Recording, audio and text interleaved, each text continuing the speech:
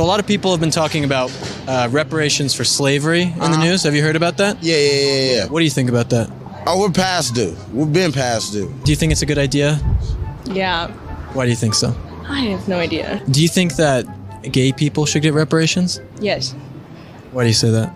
I think everybody deserves equal rights. I think it's a great idea. I mean, I think they do deserve, more respect in our country. And if our country is all about like respect through money, then yeah.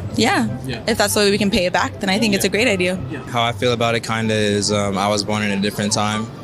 I feel like we need to let the past be the past and move on and see where we are now, you know what I mean, if we want to advance forward at all. I mean, definitely learn from it, definitely take from it. It's like you feel like you're not a slave and like I'm not a slave owner, so it's like we don't really owe each other anything in that sense, right? Exactly.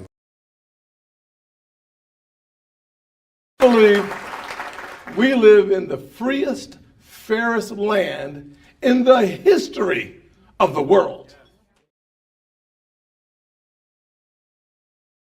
Do you know that we owe Ukrainians reparations for building and defending this nation? Oh, my bad. I meant to say Black Americans. Notice how there was not one study, not one hearing needed before sending billions of dollars to Ukrainians, nor any other group. Yet, when the topic of reparations for the descendants of American slaves is mentioned, we get told a motley of excuses. And I know some of you want to blame the Republicans, but it is for the Democrats that Black Americans vote 85 to 95%. And the Democrats have been complicit in their neglect of Black Americans as well. Maybe it's time we elect politicians that are actually going to fight for us. Maybe it's time we do something different, something better. Join me in getting us not just better, but the best. Join me in this fight. Thank you.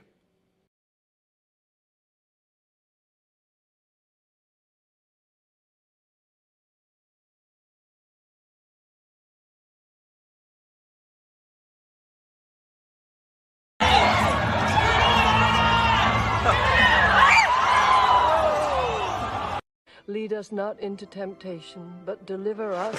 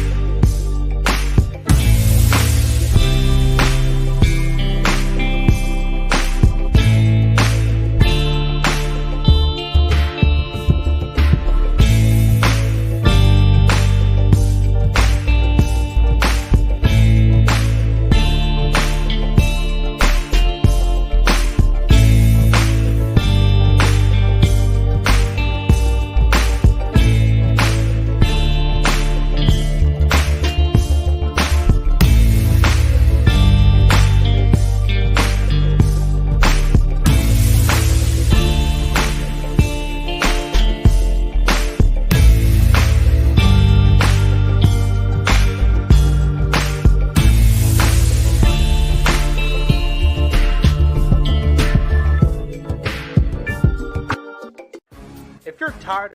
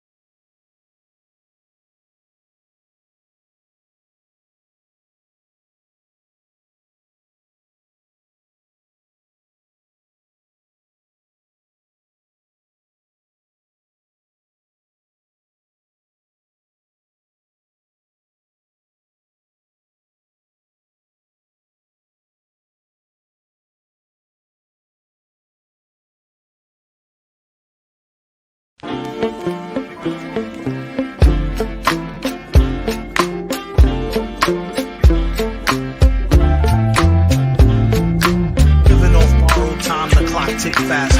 That'll be the hour they knock the slick blaster. Dick Dastardly, a Muttley with sick laughter. A gunfight and they come to cut the mix master. And living the true gods. Giving y'all nothing but the lick like two broads. Got more lyrics than the church got ooh lords. And they hold the mic at your attention like two swords. Or you the one with two blades on it. Hey you, don't touch the mic like it's AIDS on it. All right, welcome once again to the Beatzilla PDX official show. I am your host, Beatzilla PDX officially. And this is the weekly wrap up right here on Friday evening, ladies and gentlemen. And we have some things to talk about, of course. The NAACP's Amos Brown seems to be missing Andy. If y'all don't understand, I do not mean Andy Young. I mean Amos and Andy. Step it and fetch it. And all of the other names that you could probably think of that would go along in those lines. Tap dancing. Chicken George. The list goes on. However, this man is Amos Brown. Reverend Amos Brown. So we're going to talk about how he is recently backed up off of certain things he has said. And we will revisit what he said. We spoke on that Wednesday. But as you know, things happen. We have to follow these stories. So again, we're talking about that tonight. But mainly we're talking about reparations as well. Because what we are seeing is an all-out assault against reparations. So we are going to talk about that tonight. But first, family, if you could, please like and share. If you have not already subscribed to this channel, please do so at this time. And hit that notification bell, hit the word all. That way you'll be notified anytime this channel goes live or uploads a broadcast. As well, you can also join this channel as well to get the exclusive content, which actually I just came across something else recently that I didn't know I had. So, yeah, you be on the lookout for that because I'm putting things together right now. I have right now. I think I'm at close to an hour, and I think I want to build it a little bigger. So please bear with me, but I am putting it together. The different songs will be in like roughly 5-minute increments of live shots. So I want to make sure that I have enough in between, and I'm thinking to kind of give you all a brief overview or narrate the video as well. So it's something like, hey, I got the footage. Let me do it right. You know what I mean? So be on the lookout. But if you are a member, that is something that you will have first dibs at seeing. And just like the video that is up right now, it'll only be up for the next about 3 or 4 days. And then it goes back to the members only. So all of the members only content, which some of it, not all of it, but some of it may air on the channel and you'll see it sitting. Trust me, it's only going to be there for less than 2 weeks. So everything else will be in the members area. To my B1 warriors. So with that being said, let me see what we got in the chat. One who cares. Welcome. Good evening, my sister. Judah Queen, taking a break from the studies. Go ahead and hang out with us tonight. It is good to see you in the house, my sister. David Boyd in the house. What is going on, brother? What is going on? Judah Queen said, pure ignorance. You talking about that early video? Yeah. Yeah, but some people, you know what's funny about that first video? Notice how the non-black people were like, well, yeah, it kind of makes sense. Who was the first people to immediately go to no? And they both the black dudes also gave the same line, which of course, if I was to guess, I would say probably both of them are African. It was so long ago. Yeah. So needless to say, tonight, that's what we're talking about. Blueberry Muffin in the house. What is going on, my sister? Good evening. Black First. Yes, indeed. Cult-like personality. Welcome. One of our newest members in the house. Welcome. FBA girl. Welcome in the house. They owe us. Cut the check. They pay everybody else. We want what we are owed. Facts, FBA girl. Yes, indeed. Film, animation, art. Welcome. Happy Friday. Reginald Jeter in the house. Black First fam. Lois Hub in the house. Hello, family. And Key Prince, and one of our other members in the house. Peace and B1. Yes, indeed. Rhonda Smith. Hello. Good evening. And TGIF. And already, thank you so much for the super chat. Cult-like personality already. Want an album.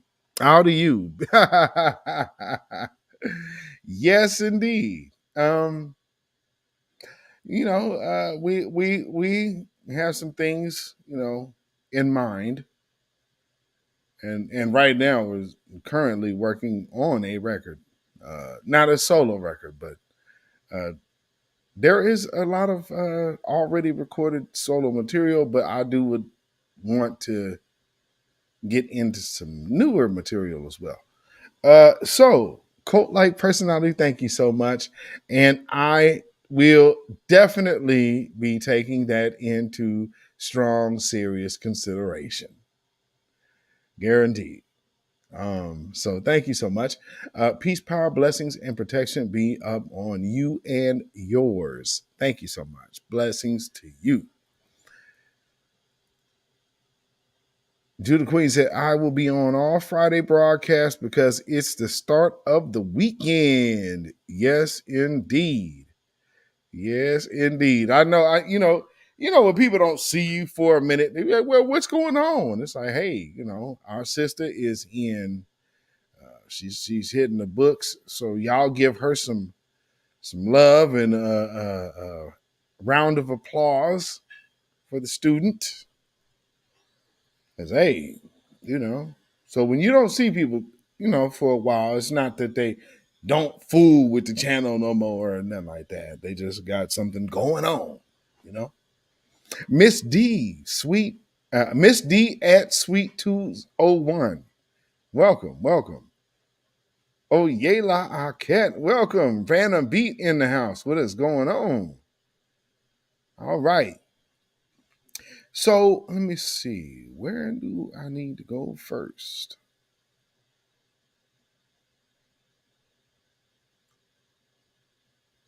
Let's start with the obvious. Oh, wait. Wait a minute. Wait.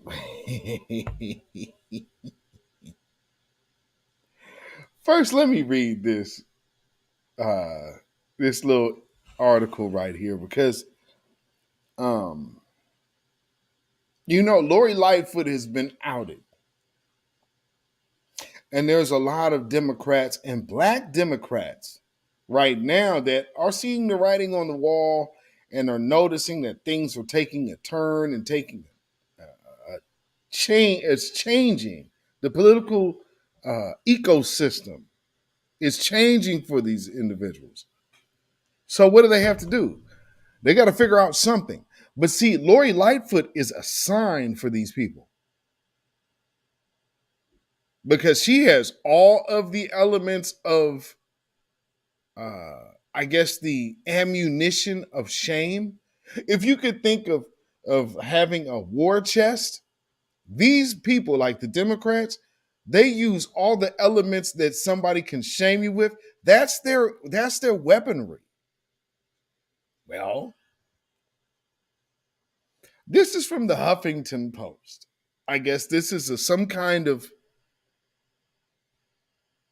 slight at. I'm assuming this is a slight at some of us because they believe that Lori Lightfoot lost because of the I guess the enthusiasm of young voters and the young voter bloc. So look at this. Huffington Post reads, for black mayors, any sign of imperfection means the axe. Any sign of imperfection meets the axe. When have you ever heard that tied to a politician? We're talking politics. You have to earn votes, right? You're winning your voters. You're winning people to beat somebody else. But when it comes to us, this is the tactic. Shout out Huffington Post. For black mayors, any sign of imperfection means the axe. Goes on to read, when Lori Lightfoot was elected mayor of Chicago in 2019, it was a double first. The first black woman and the first openly gay person to hold the office, but hardly got to enjoy the moment. If y'all don't stop, because y'all remember how she did, now, let alone some of the other things that she has tried to hide. But let's also look at the fact that what did she do? Remember that woman, the security guard that got beat up and assaulted by the white dude in Chicago? Do y'all remember that? Afro Elite in the house. What is going on, my brother? What is going on? I saw that you went live earlier today. I'm gonna have to catch that because I did not get a chance to. I've been busy today, but shout out to all of y'all who participated in the OMB. Shout out brother Afro Elite. Shout out also brother JoJo for even bringing it to our attention, and all of y'all who because right on Afro Elite's the channel the other night, he had a roundtable with brother Sage and Black Alpha Network talking about the OMB and the call to action to it. And there is today and then there is tomorrow. I don't know if you got a minute, if you want to come up real quick, Afro, if you want to, you can come up to kind of give a heads up. I'm sure everybody knows, but if you want to, let me know and I'll bring you up real quick so you can, once again, lay that information out. You know what? I would have to make you a moderator so you could actually put links in my chat. So if nothing else, you want to come up, let me know. Or hell, I'll just make you a moderator and you could put the links in the chat. Because that way the family could know where to go. So real quick, let me read this super chat here. Cult-like personality with the super chat again. Thank you so much. Peace, power, blessings, and protection be up on you and yours. You got the it factor in the desert of non-talent real music. Thirsty for it. Thank you so much. I really greatly appreciate that. Thank you so much for that compliment. And that is big. Thank you. Let's see. There's Afro Elite.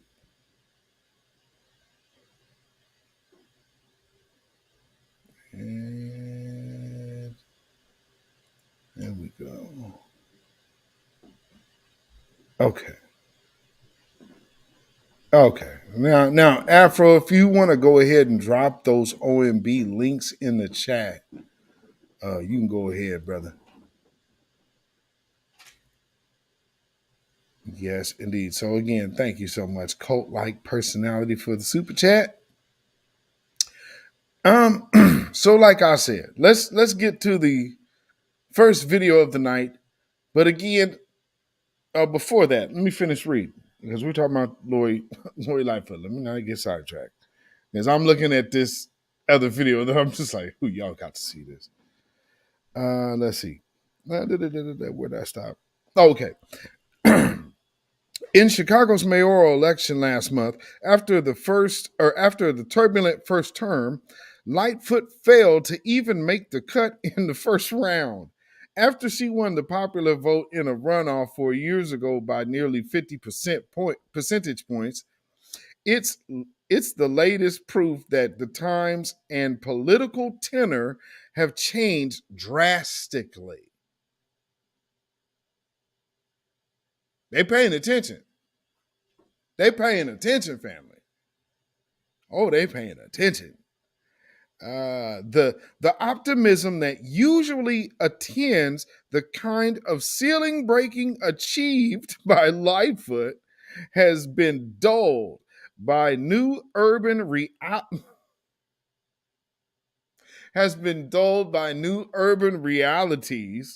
that are really old urban realities, which, like so many other things these days, have reached a breaking point.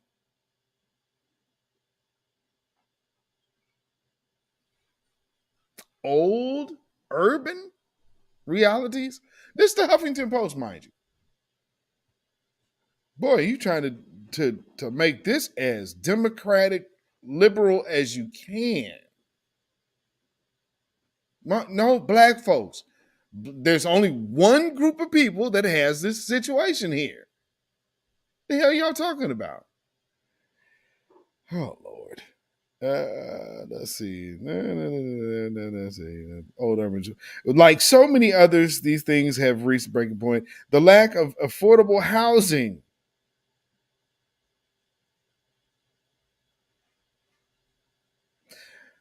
The state of public schools. Huh? What the heck? We keep hearing homeschool your kids, homeschool your kids, homeschool your kids, homeschool your kids. Since the hell when are we saying we need more in public schooling? Where'd that come from? The upheaval of local economies and, of course, crime. Because, us black folks are so worried about gun violence and crime. Patricia Slade, welcome, welcome, welcome. Welcome. Jersey City in the house. All right. Cult-like personality said, don't think the OMB wants to be reminded of their slavery past, ADOS. No, FBA's more attractive to RWS. Yes, indeed. Yes, indeed. Despite our identification, hashtag, cut the check. Yeah, oh yeah, Lockheed, for real. For real. Now, the beginning of the very first word of the next paragraph, crime, obscures all of the above. Really? Is that true, Afro Elite? You from Chicago. Crime? Word? I so many people that I know from Illinois, I have not heard one black person ever tell me, you know what the biggest problem we have in Chicago is? Crime. I have never heard that. Other than the Keeping It Real Al Sharpton phone bank group that always makes sure to call in when they have an agenda.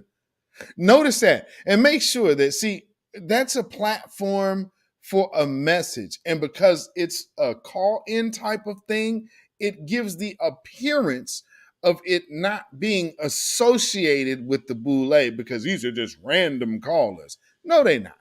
These are all people from the same association to call up there and push a certain line. So it looks like this is coming from the people when it's still only coming from the Democrats.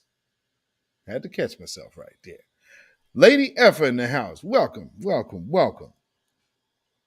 So again, crime obscures all the above for all mayors, but especially for black mayors who have to prove themselves first and foremost by making their cities, quote, safe.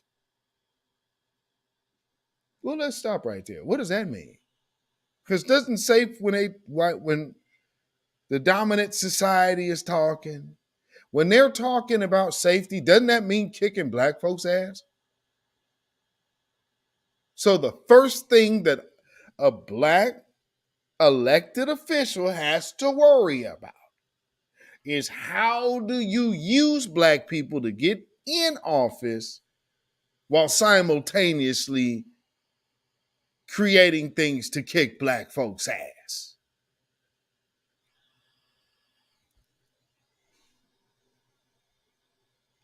I mean, at least they said it. But damn. Oh, let's see. In our very tense racial climate, black officials are more responsible than their non-black predecessors for addressing public unease about safety. No, you're not. And it's not about the racial climate. See, Huffington Post, you ought to be ashamed of yourself. And you and all of these other type of people, y'all are putting yourselves on Front Street with stuff like this. Because let me explain something. The racial climate in America has nothing to do with black people other than black folks being the victims. So let's identify when these pieces of filth spew such garbage and say things like this, those are the numbers. We worried about crime? Why ain't nobody hollering about that crime at the top? You got 2 years in a row. We're leading by over 1,000. There's no one even close. Nobody close. You're not even in the building when it comes down to hate crime. But we ain't, okay. Look at what Joe Biden did. The two on the bottom, they got a bill protecting them day one. That was an executive order of protection for that group. Day one. Let's see. Let's go on. Matter of fact, hey family, let's just, looking at this chart on the screen, which group does not have a anti-hate crime bill? Oh, I'll wait. Go ahead and put it in the chat. Let me know. Can y'all figure it out? Ding, ding, ding, ding, ding, ding, ding. Which group on the screen does not have an anti-hate crime bill?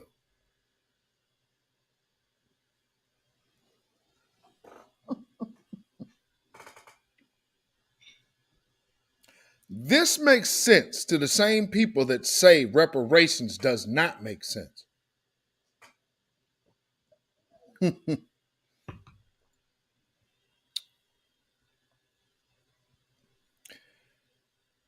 Let me look at something.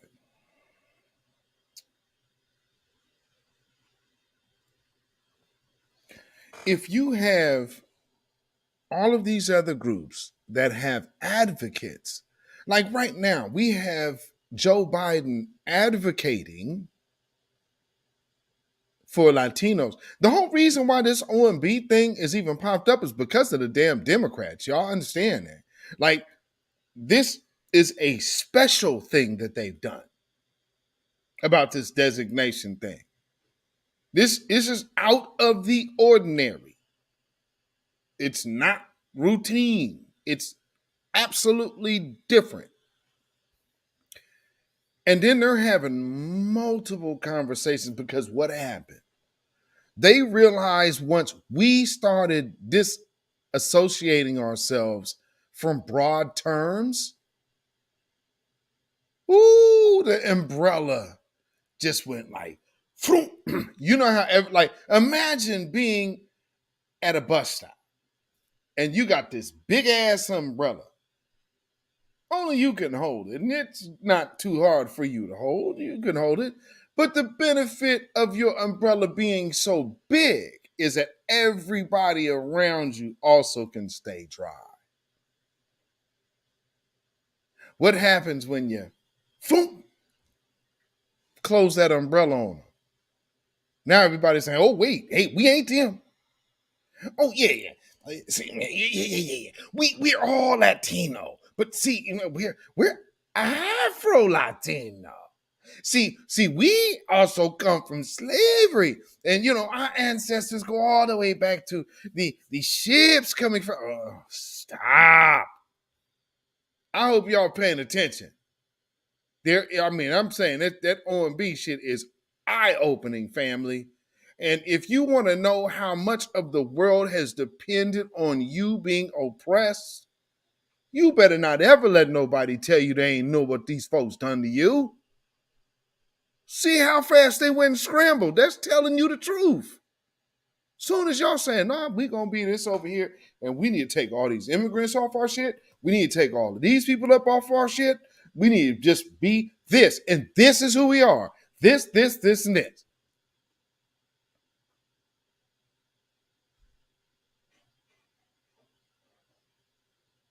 Y'all are seeing the world change before your face. And Lori Lightfoot is also having to feel the pressure. And good. Because Black officials are more responsible than their non-Black predecessors for addressing public unease about safety. That means making white people feel comfortable. When you're supposed to be pushing reparations, you want to make them feel at ease?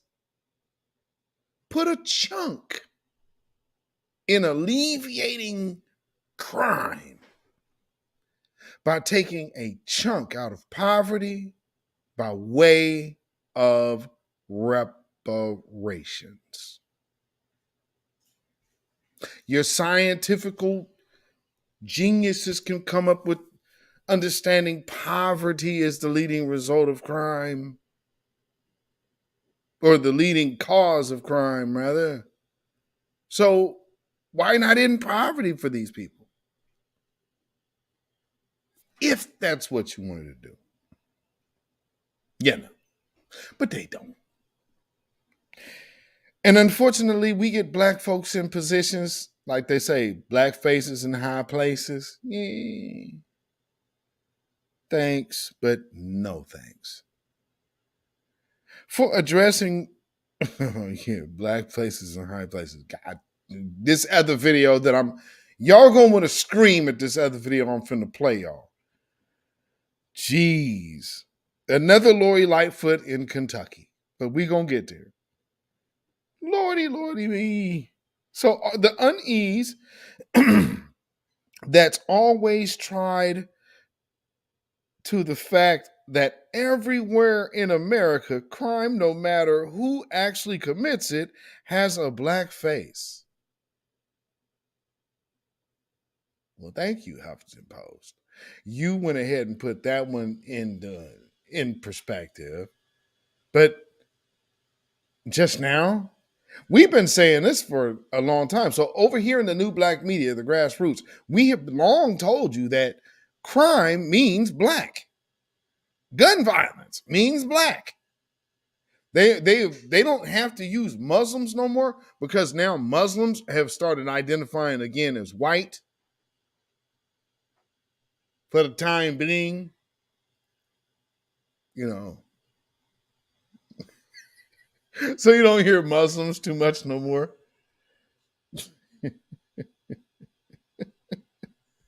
This is all of these different things that they use. And if any group that they are saying is being hated on, it is to smoke screen from doing anything for black people. I don't care who it is. Any group that they say, man, look at all the hell they catching them.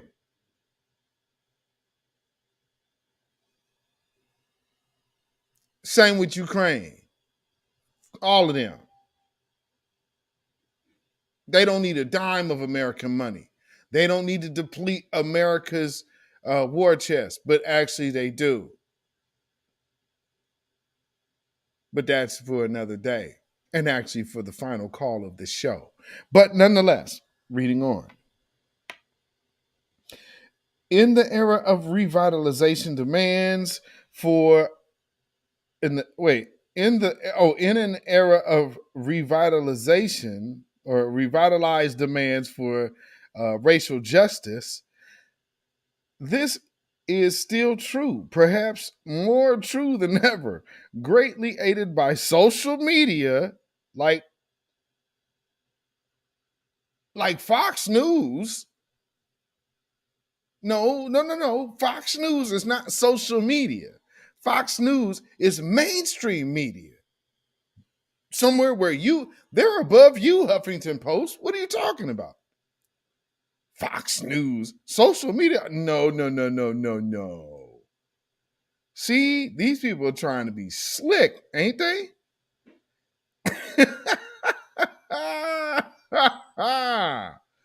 Oh, cult-like personality again with the super chat. Thank you so much. Lies built on sand, truth on stone. Yes, indeed. You know, the name Allen literally means stone. So yeah, again, thank you so much. Cult-like personality coming through with the super chat. Peace, power, blessings, and protection be up on you and yours. Lois said anti-black. Judah Queen said Biden sexuals. You already know. Black Jack 21. Salute. Let's see where we at here. So yeah, Fox News, the old tough on crime conservative narrative is regaining traction across party line. Ooh, did you just really do that? So the old conservative narrative is regaining traction across party lines, part of a long backlash to the push for police reforms that began in earnest 10 years ago with the birth of Black Lives Matter.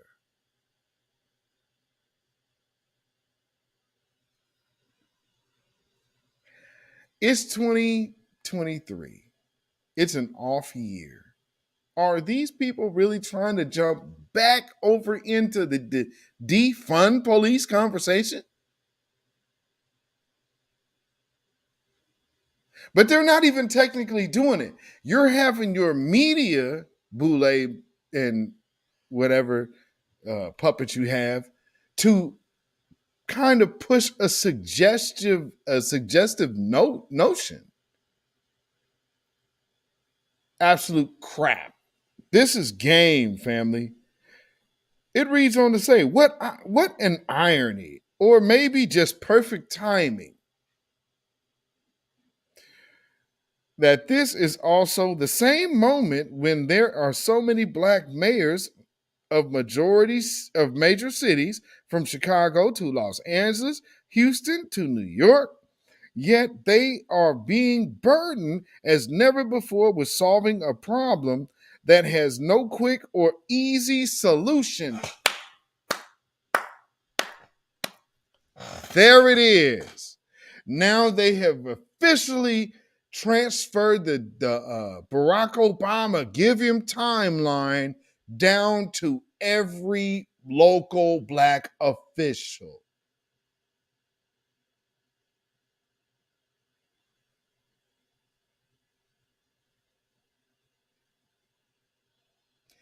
Damn. See how they did that? Whoo-wee. Lord. Yet they are being burdened as never before with solving a problem that has no quick or real easy solution.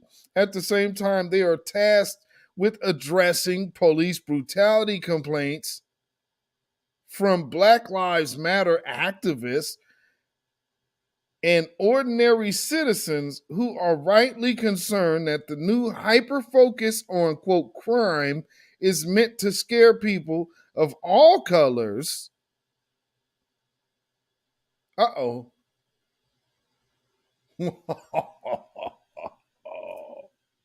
Oh, this is just one big mind screw right here. So, okay. If the first tactic didn't work, now they're entering in another suggestion. So, I mean, hell, it ain't just y'all to be getting your ass kicked out here. The brown people be getting beat too. And, oh, Lord. They doing it. And Black Lives Matter. Who? Black Lives Matter is a non-factor right now. There has been all of these situations. A matter of fact, family, when's the last march that you can remember? Since the rally for reparations, November 4th, 2022, or 5th, rather, November 5th, 2022. What black protests have you seen?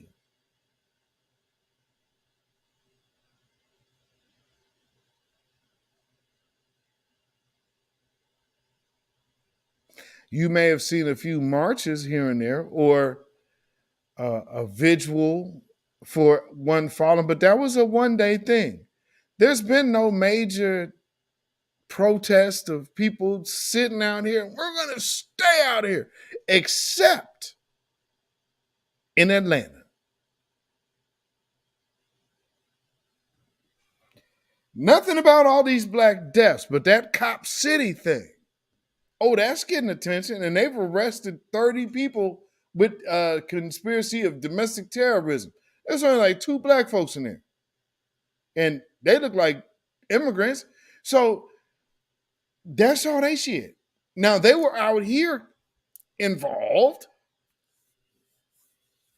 Now that the paid-for non-black provocateurs have packed up and went on to something else, they throwing it right back on the black folks. But here's the thing. You got to look at their party. That's a party thing. They are part of a party.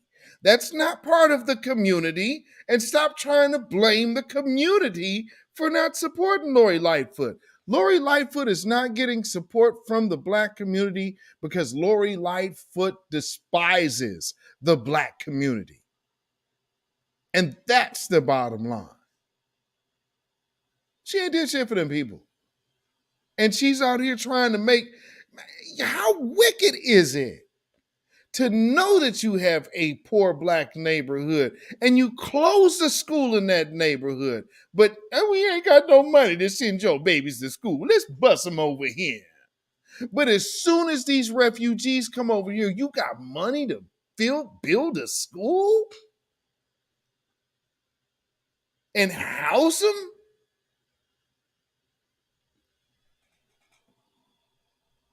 The fact is there's not a lot more fires going on out there. More, man, shout out to y'all patience. Shit. Is you serious?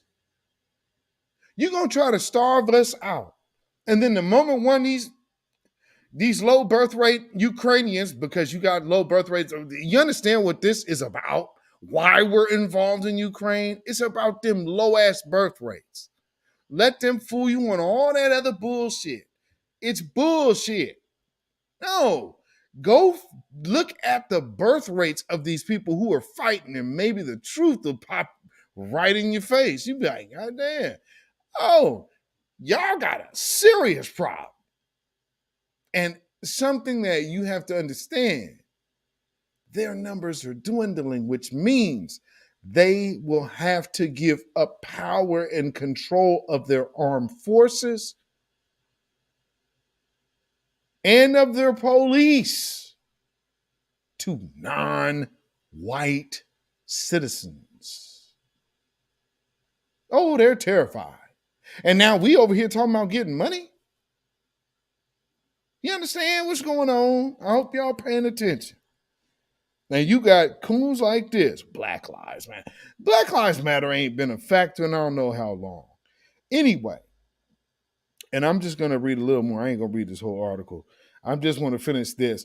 It says it's meant to scare all colors to siphon energy away from the kind of systemic change that Black Lives Matter and anti-racist movements continue to demand. I'm glad you made a distinction of that, because Black Lives Matter is not an anti-racism movement. However, they are an anti-Black movement while carrying the letters of Black Lives Matter, because destroying the Black family is part of their objective and agenda. That's why they are done. And if you've noticed, they're trying to bring up remember the video that I showed y'all a couple months ago with the Black Lives Matter 757? Do y'all know that them right-wing conservatives are pulling that back up like it just happened yesterday and re-airing the same damn video? Like, look at these people. It's just reparations. Told you these people wasn't no good. And now it's coming to fruition more than 2 months later. Now you have it being re-aired as if it is new. And I'm sitting up here looking at the dude, the tall dude, like just standing with his hands in his pockets the whole damn time. Like, who are these actors? And I remember folks was telling us, y'all remember there was a person in my chat, I just want to know who the right person is to speak on reparations. Not ops, not agents. And when you got people with some game about themselves to know what they see, let us call it, because we do. That's what we do. So once again, hey, Beatzilla called it. And now they're using that shit against Black folks again.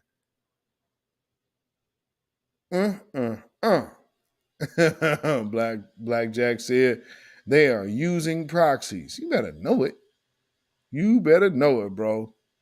Alex, never mind. You are going to have to explain the importance of Ukraine's low birth rates. Glad you mentioned that, Alex. Thank you so much.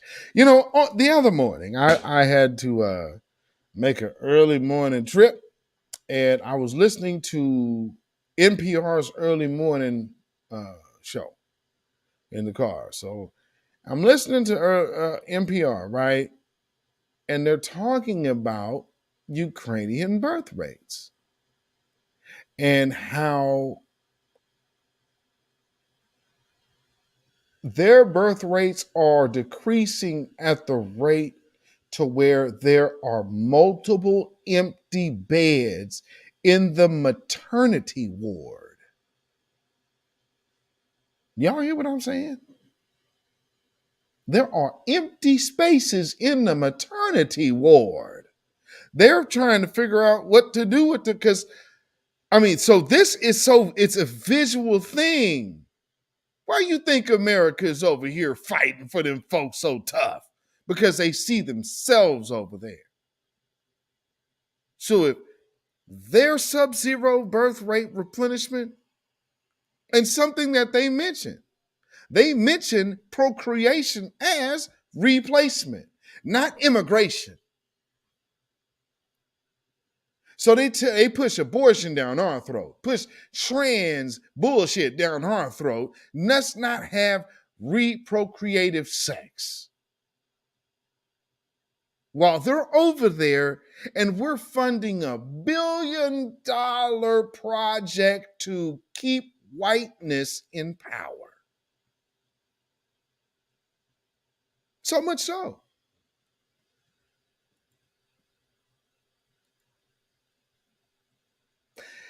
The world that somehow has neglected to acknowledge that Black folks have and still to this day continuously get their ass kicked by the government of the United States and its predecessors of all who was involved in the transatlantic slave trade and all the redesignation and classifications of all Moors, Maroons, and so on and so forth.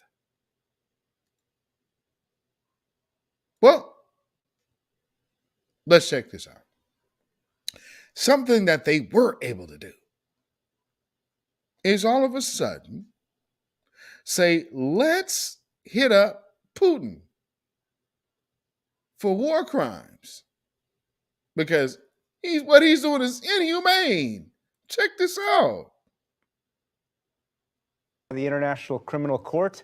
David Sheffer was U.S. Ambassador at Large for War Crimes issues during the Clinton administration. He's now a senior fellow at the Council on Foreign Relations. David Sheffer, welcome to the NewsHour. Your official in the administration told me today that this would be the most consequential prosecution of international justice since the Nuremberg trials of Nazi leaders. Why do you think this announcement is significant? Secondly, bear in mind that indicting or issuing an arrest warrant against a head of state is always going to be a very, very significant development in international criminal justice. And it has been done before over the last 30 years. Many senior leaders, top leaders of countries have actually been indicted and brought to justice before international criminal tribunals. And even before the International Criminal Court, Did they say he worked in the Obama administration? You're just going to skip over that Muammar Gaddafi thing, huh? Just going to skip right on over that man being dragged out of his palace for trying to unite his continent? And also his relationship with the Honorable Minister Louis Farrakhan and some of the things that they were doing. That's kind of funny. Just leave that one out. Yeah, Or what about, Egypt? Yeah, them too. Remember how, they had a certain government for a while? You ain't heard shit about Egypt in a while since, America made sure to get their government overthrown. Oh, and, I guess they had to figure out it didn't work in Syria. So, but let's be clear. The people who were fighting Assad and who were doing all the friendly fire bombing that got blamed on Assad and chemical warfare and all that crap that was actually weapons made and manufactured in Ukraine, it wasn't actually Assad. It's the chickens coming home to roost. So All y'all can get up here and do for these people now is lie. And now you have officially earned your title as the great Satan. Why?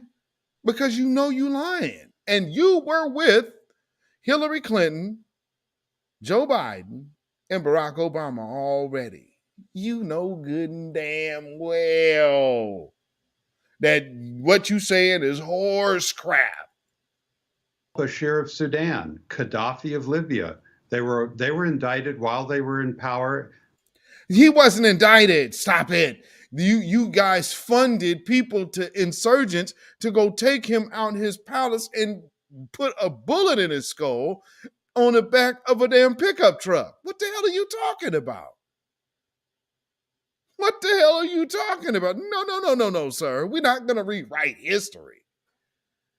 We're not going to rewrite history. It was what, 10 years ago? Damn. These people like, man, you know shit was 10 years ago. You don't remember what happened? Hell. You don't remember that shit, right? Yeah, it was so long ago. 10 years was so long ago. Good grief. But the consequence, which is what Mr. Putin now faces, is that it does delegitimize the individual. So first of all, oh, and this is the talk that gets you, where I reside, and gets this place turned into the lake of fire. Because, see, again, for those intents and purposes who have not been following this channel long enough to know that I've done a broadcast a couple years ago called The Harvest is Right, to where I did this broadcast with this other interesting Luciferian.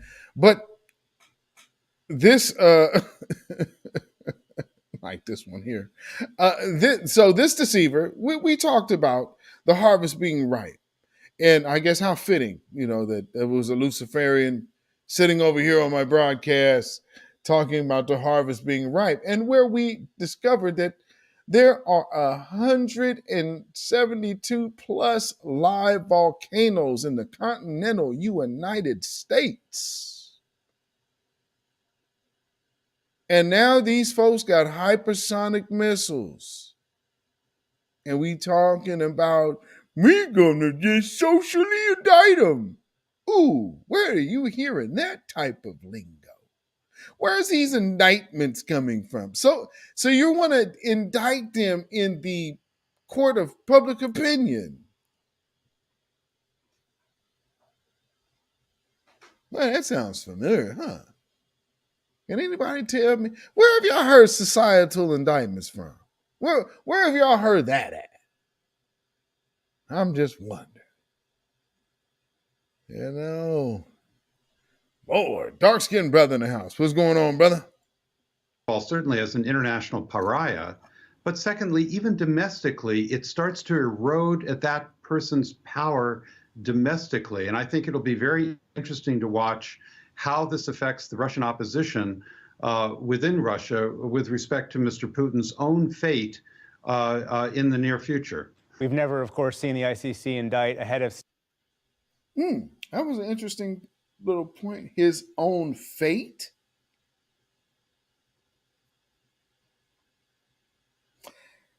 Pay attention to that little subtle notion.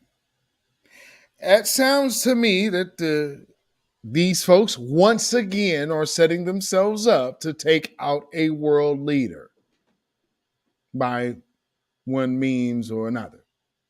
But you're just starting to hear their media personnel using certain talking points.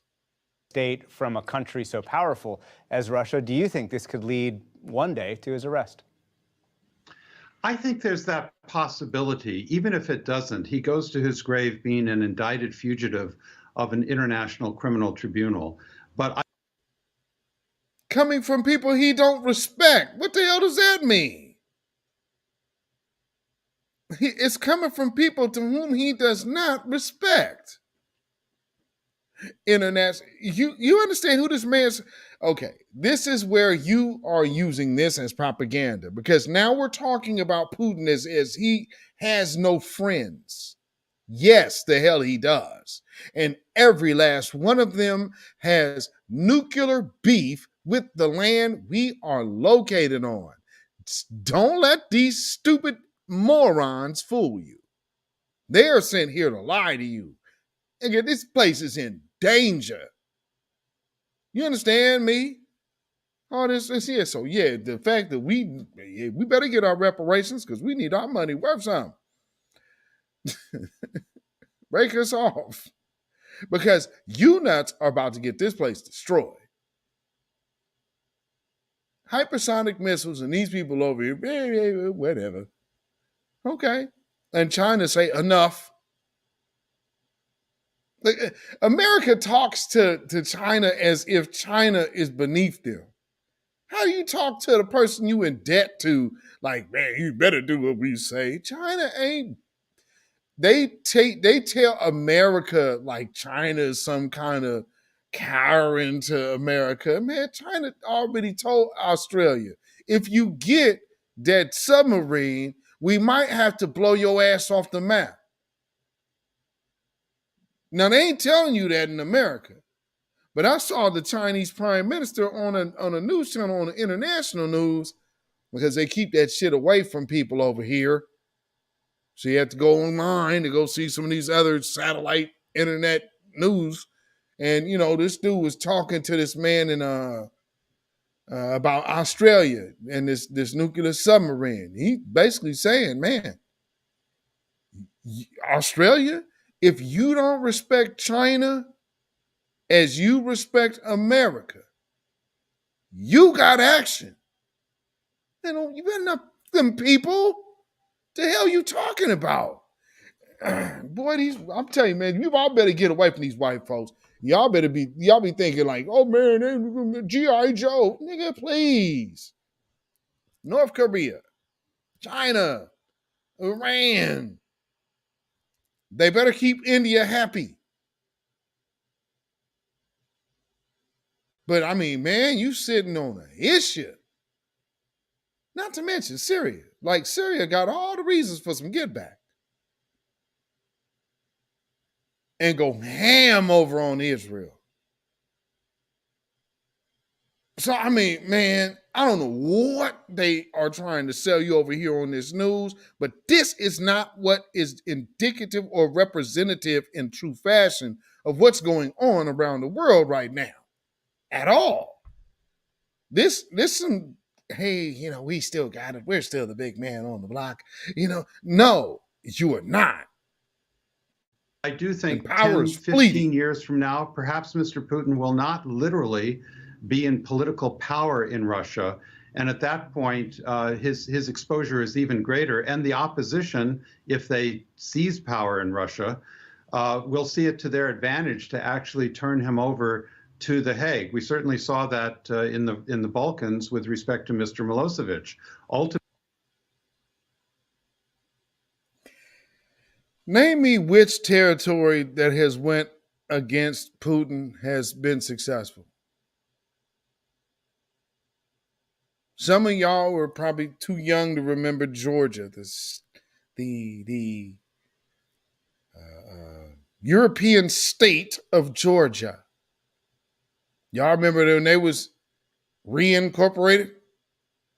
Like, what they are talking, they are giving American information as if things that have already taken place haven't already been solidified. And they selling you like America is sitting pretty.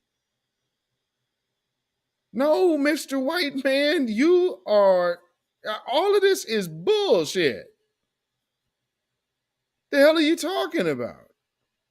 You can't do nothing with what they got. And here's the thing. They're talking to as if, you know how they do us, like they're going to shame us to death. Well, you know, eventually they just gonna go ahead and just concede. And no, they not. Then people gonna be like, and China? Yeah, we calling in this loan. Republic of Georgia. Thank you, Blackjack. Republic of y'all remember that? Like, what has Putin lost? Every time he put his hands on something, he tell you he ready. And when he made his move on this one, he told America he is ready to go all the way. A man in that position says that half-cocked. A man of his caliber does that without solid assurance? Y'all better stop listening to these people. And I mean, I'm talking about stop listening to them today. Ultimately, Serbia saw it to its advantage to turn him over to The Hague. So, yeah, it's different stakes. It's Russia. It's a nuclear power. We have to always be very careful on that scale. But it's not improbable that he would someday, maybe many years from now, actually face the bar of justice. Would America? Because what bar of justice could you refer to? What country outdoes America? What country outdoes America's wickedness? Name me one. What country can outdo America's wickedness? Who?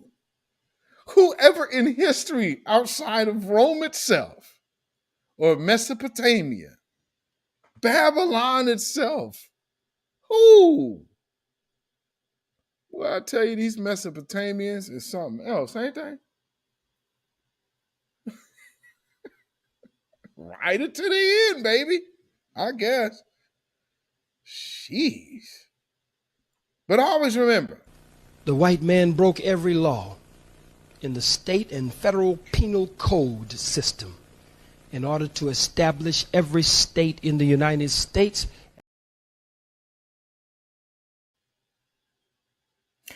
With that being said, let's hear from, once again, old, one foot in the grave, should be retired and should not be speaking, Ben Stein. Ben Stein, once again, has opened his mouth and has something to share with you about Black people. I was a child growing up in Maryland and spending a lot of time in Washington, D.C.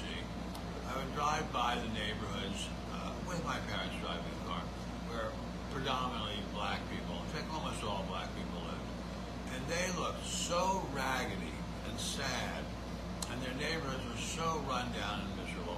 I just thought, wow, what a horrible way for these poor, honest, decent citizens to live.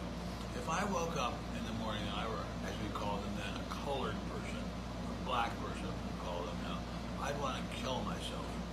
That was, let's say, 60 years ago. And now, ladies and gentlemen, if I woke up and were Black, wow, I would think, well, I have every opportunity to go to a really good school. I have every opportunity to live in a really good neighborhood. I have every opportunity to get a really good job. The whole system is now set up so that I, as a Black American, can have every chance at a good life. And that is incredible, unbelievable progress. It's never discussed in the media, and it is a tremendous miracle of human.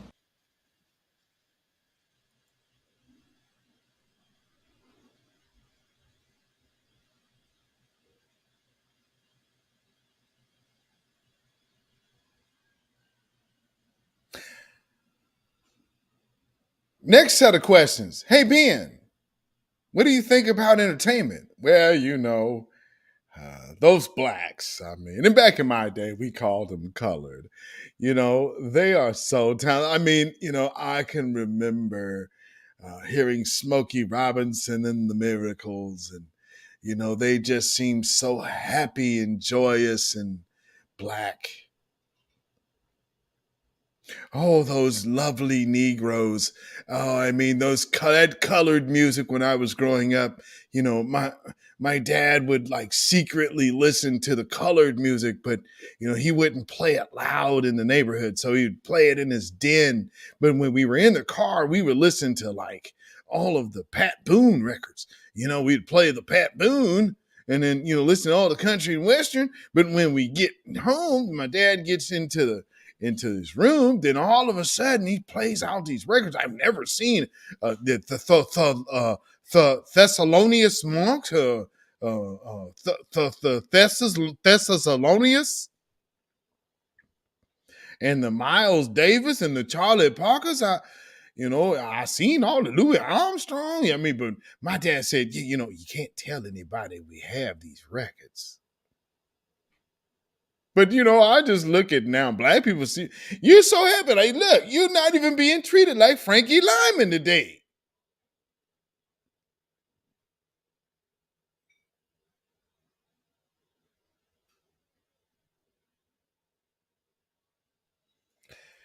Woo! I guess, man, I'm telling you, boy, these folks get to a certain age and just don't give a damn anymore. Jeez, Ben Stein, dude.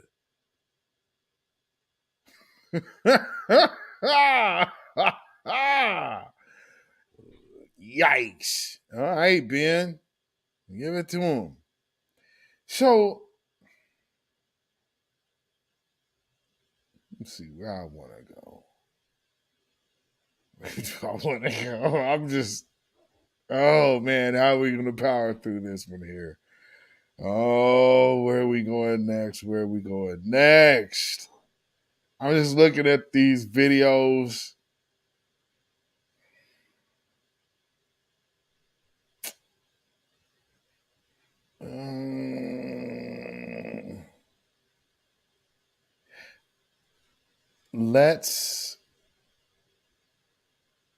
Let's check out.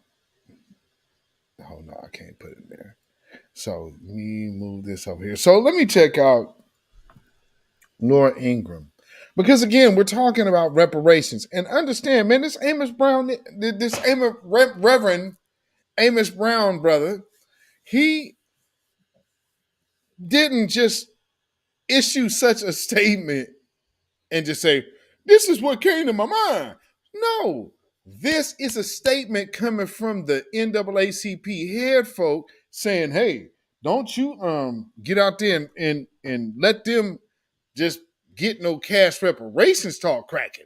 You need to interfere with that now because, see, that will set a precedence because, see, again, there's reparations going on in California as a state, but that San Francisco thing is happening with inside the state. So as things move forth in the California reparations claim as a state, you would have legal precedent with San Francisco's move. So why do you think that? I mean, they got to get in front of this, boy. Wait a minute. Hold on. Wait. Well, we want reparations, but see, we don't want reparations in the form in the form of cash payments. You see. See, the Lord would have made us white if he wanted us to have cash. But see, what we need, we got the good white peoples, and they are out here. See, what we need to look for is how we best get integrated and keep white people happy. Because, see, we going to have to live with them because we integrating with them now. Now, the good Lord wants you to integrate to your faith and assimilate so then we all can relate. But you got to lose this notion of that reparations. Lose that fool talk of justice. Talking about defunding the police. all that fool talk. You gonna make trouble for us. And don't you know what these white folks do when they get mad? Oh man, don't you know they make laws against us? Boy, they gonna do something to us. And look at you. You gonna cause all this trouble out here with your own agenda. Well, I'm telling y'all, if y'all have just catch that. For those of y'all, Amos Brown. Yeah, shout out to Dr. Short. So Amos Brown is not my idea. That is straight out of Dr. Short's mind. So y'all see me use that? That wasn't mine. That is straight up Dr. Short.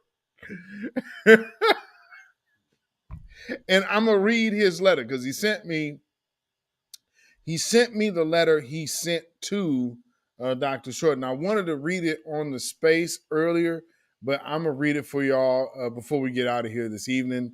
But I wanted to make sure that I'm addressing this because again, and look forward to we're gonna be doing an interview and a video with Dr. Short coming up because we trying to get the space done today. Twitter been fooling with me all week. I don't know what is going on, but well, I guess I do, but they are messing with my stuff, fam. So we're gonna just record a video and then we will be able to have it because I'm leery of even going live. So I want to record a video so we have it, and that way we could put it up when we need to. And of course, I could put it up here. They might not want it here. If that's the case, I might put that on my Patreon. If I put it on my Patreon, I'll make that video public on my Patreon so anybody could go see it. So if that's what I have to do, then that's what I'll do. So y'all know, just stay in mind. Rose City was going on. Dr. Short is a fool. LOL. Yeah.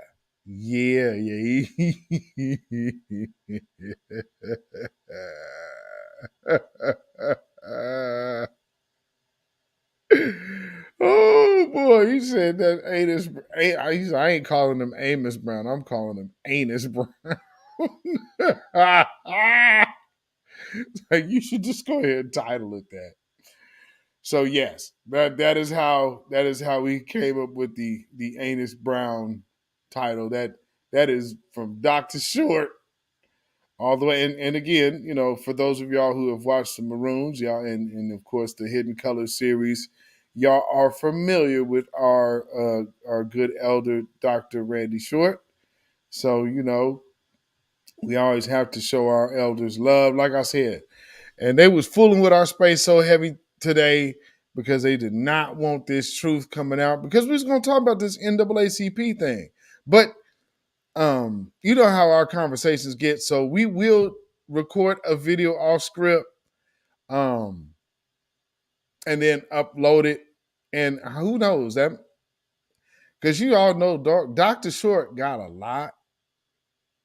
So that might be a series within itself. So we will figure out something. But I mean, just in my phone conversations with Dr. Short, talking to him is like a broadcast. Like, there's so much information that's in this man that, and not just from what he studied. I mean, of course, he's a doctor, he's an educator, but from his own lived experiences. That is priceless. That is invaluable information and a blessing to have among us. So let's make sure that we always show love to our elder scholars. They hate the truth, dark-skinned brother. Oh my Lord. Did y'all even get notified that I even had a space today? I mean, how many of y'all even got notified that follow me on Twitter that I even had a space today? I just shut it down once and then had to reopen another space, and then I could only get less people on stage then. I mean, it's crazy. Crazy. But I believe this is why we're seeing things like this. And shout out to Kid Gravity, because I had to be refreshed on who this dude. Again, I'm keeping it cool. You're trying. This guy, the Haitian dude, this Duracell or whatever dude's name is. Shout out Nas Escobar. He caught out a clip of an interview with good old Laura Ingraham.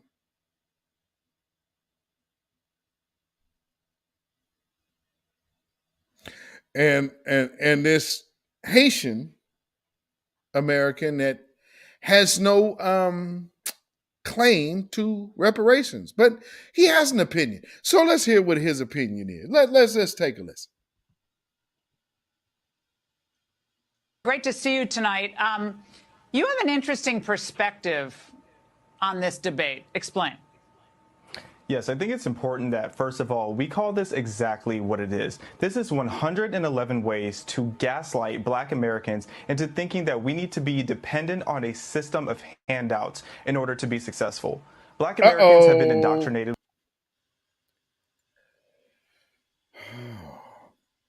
Now, man, and so now he's going into the line. Black Americans have been indoctrinated. With what?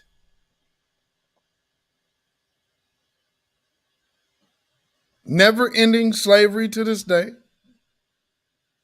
And if you know, here's another thing that they're kind of upset about.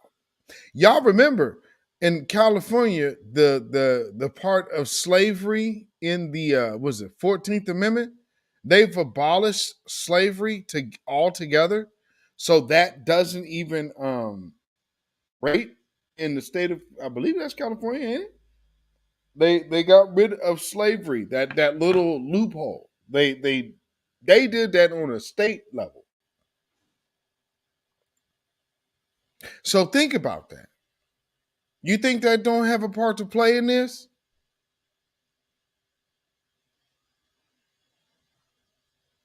I mean, who are we talking about? You kind of need to assume it does have something to play. I mean, you know what I'm saying? I mean, that would be common sense. Cult-like personality with the super chat again. Shout out to you. Black people in 2023 being afraid of white people. Shame on you. White people are more afraid of FBAs. Turn up like we used to. Strangers, sit aside. Weaklings. That's like the new version of X-Clan, because this ain't protected by the red, the black, and the green with the key. Because you know what? This is protected by the F and the B and the A. Because if you can't be the mule, but that makes kind of even more sense when you think about the Democratic emblem, a donkey. You put all of, but make no mistake, the Republican is no different. The elephant. Key thing about an elephant, though, both the elephant and donkey are work horses.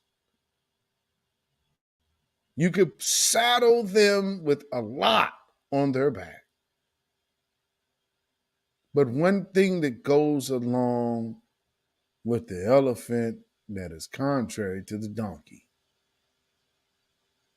is an elephant never forgets. That's one thing I've been called amongst, even within, I mean, shit, my own mother can call me the elephant.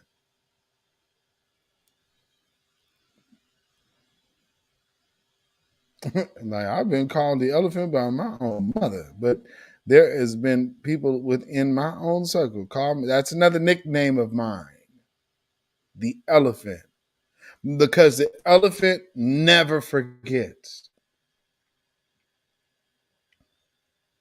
Now we all gonna get older, so we all gonna start forgetting all types of shit as we get older. But you know,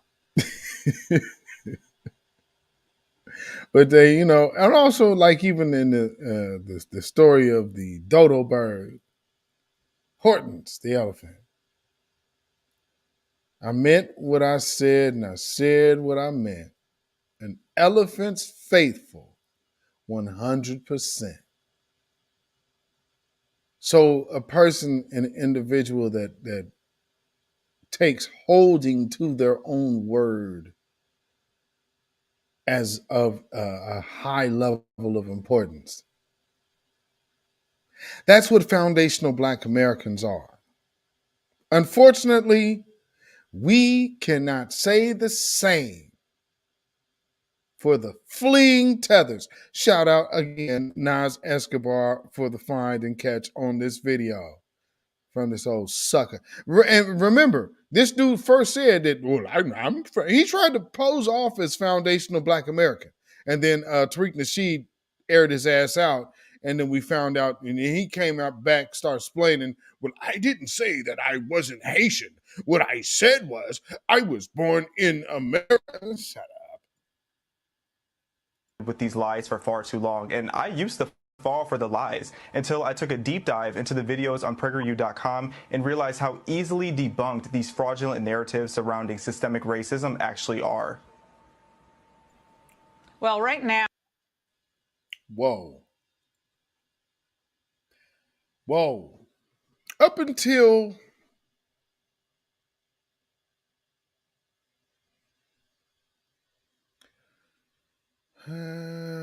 I'll say, man,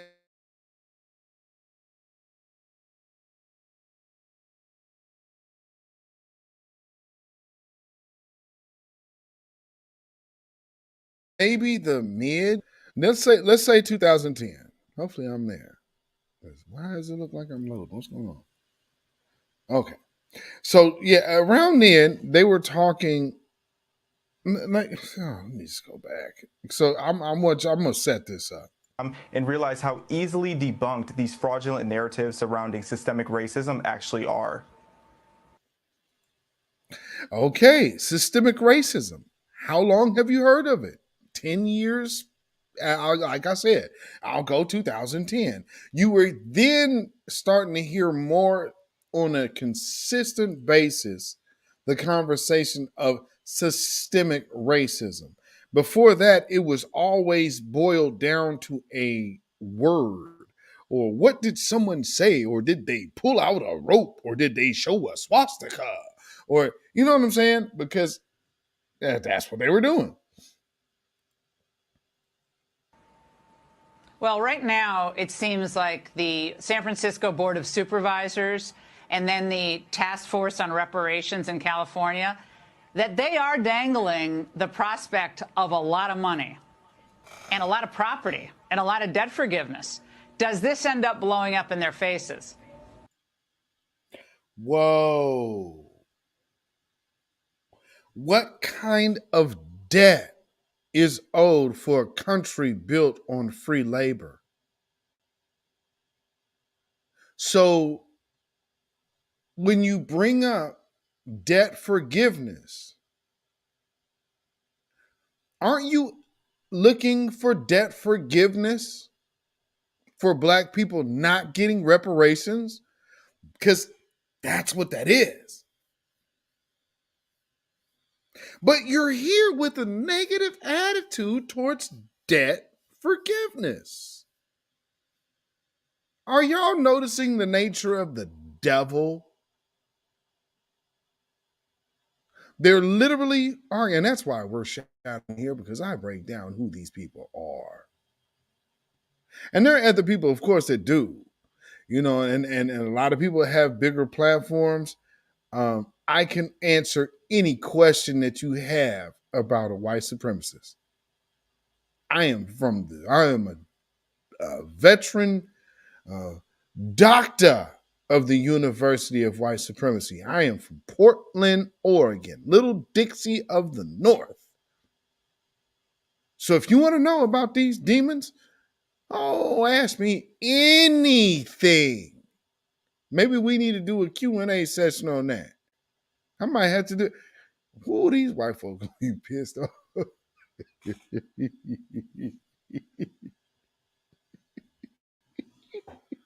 Ask a black man from Portland about white folks. We might have to do it. We might have to do it. I'm talking about let's do it. And I'm going off the cuff. You hear me? Anything. Ask me anything about these folks. Anything. Don't hold shit back. If you want to know it, bring it. Let's do it. We're going to have to do something. We're going to have to do that. We are going to have to, because when I say I'm a doctor at the University of White Supremacy, I guess I have never really officially proved that other than being here. But I would love to do like a town hall Q&A. I would love to do that. Man, I could go back to elementary school, to anything you want. Y'all got, Tariq Nasheed's book, for those who have it, the American Race Baiter. This would kind of be American Race Baiter Town Hall.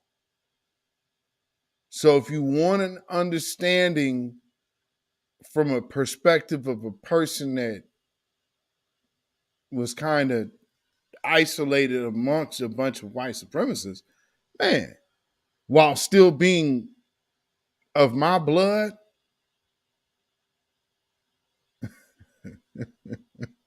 tell y'all, my grandma didn't let white people in the house.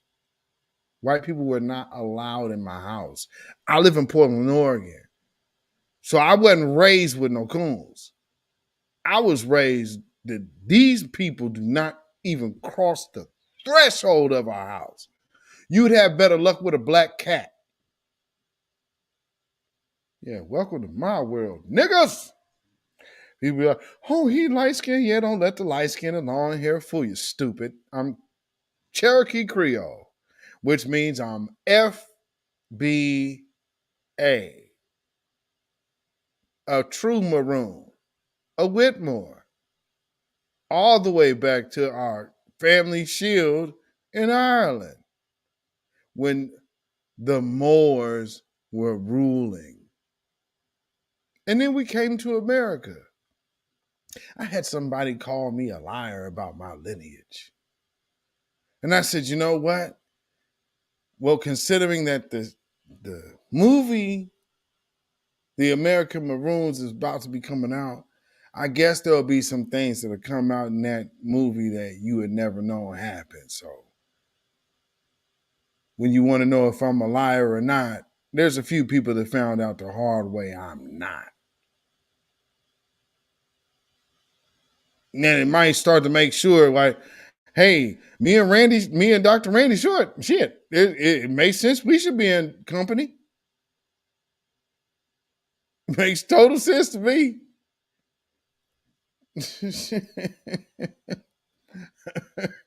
I know where the hell you live, man. Absolutely. This is never going to actually happen. It is so unrealistic to think that the average family in San Francisco is going to be able to pay $600,000 extra a piece. And, when people look at this list. Since when have you heard of this conversation at all surrounding Ukraine or these ever increasingly large numbers of immigrants coming in here to America? When have you heard this? Anybody remember this? I must have missed it. Of the things that they're recommending, the most alarming thing for most is the $5 million going to each black person. But for me, as an American, I'm looking at this list and I see that they're wanting to sell homes at $1 to black Americans. As an American and as someone who used to live in the San Francisco Bay Area, it's disgusting to me that we are more focused on slavery, which ended in 1865. Here's another Haitian talking about slavery. So not only was he hating on the $5 million, family, notice that, don't miss that, he's also hating on you getting a house for $1. So you being able to be put into a position of generational wealth by at least home ownership, equity, things that most Black folks have no clue about unless you have been in banking or your family has been land and home owners. And there's so many Black people in America whose family never experienced it. Except for some of us who got family from the South. So we're used to certain shit. But even still, we live in an environment of overinflated mortgages and rent. And so what the is this dude talking about? See, this is why no outsider needs to be talking about our business. The very first video I played was the white dude interviewing random people about reparations. First off, white man, shut the f up. This is a situation that we're owed. I don't even understand why people think it is any means of respect to talk to us about reparations when you're not in the conversation of reparations. I don't want to see no white man getting on no microphone or no reparations panel. Niggas, stop that shit. Let this man walk up here and just get on the mic. Well, first of all, I want to say, shut the man. What the hell is wrong with y'all? But I mean, I get it. You know, you got to do the do. But man, God,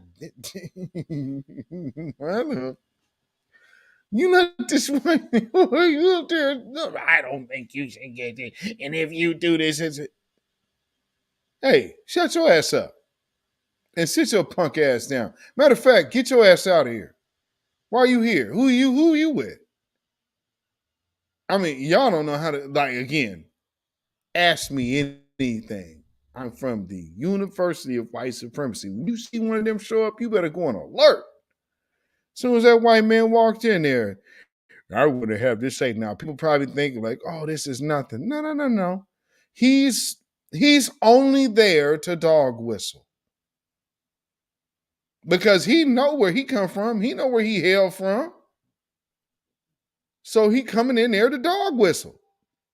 Not even being part of anything. Because he understands his code. He understands his code. Let me repeat that. He understands his code. He didn't go in there talking about an individual. He went and talked about your money being stopped.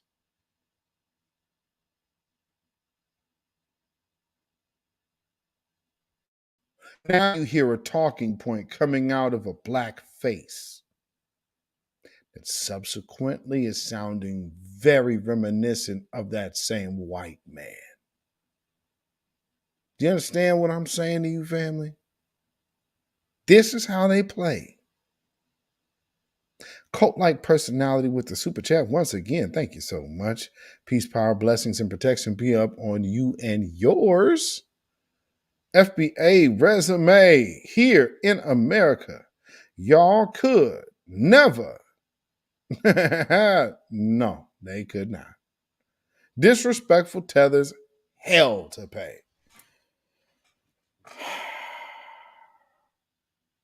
What's the irony that this dude is actually Haitian?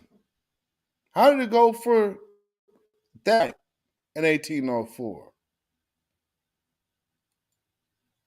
Then we're focused on the veterans who are on the streets of San Francisco, homeless and begging for spare change in 2023. That's where they need to start sending their money.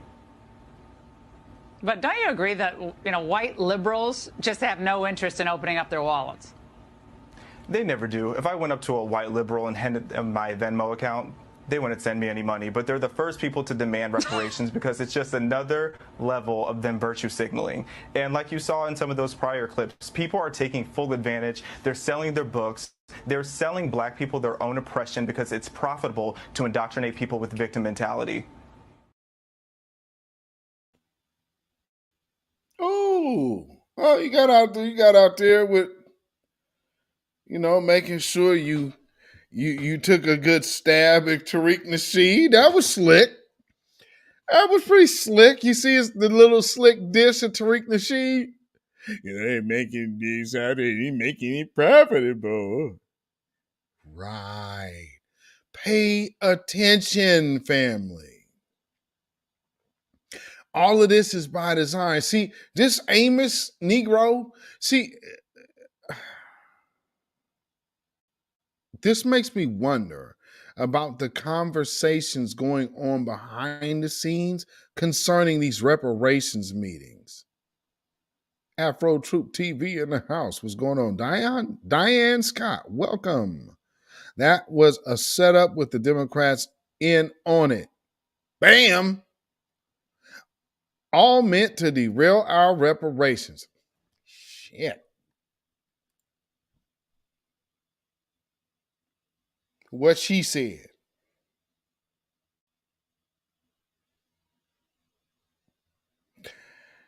Whoo-wee. And then you got these old Negroes coming out here talking about, man, we just need education. And is that the HBCU line?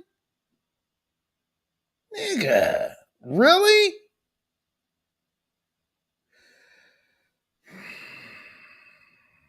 And so, black politicians.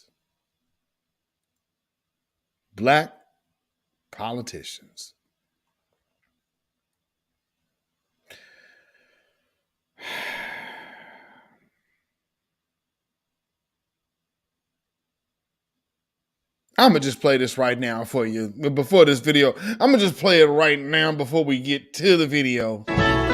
Get up off of that cocaine and get up off of that crack. Get yourself together and get your mind back.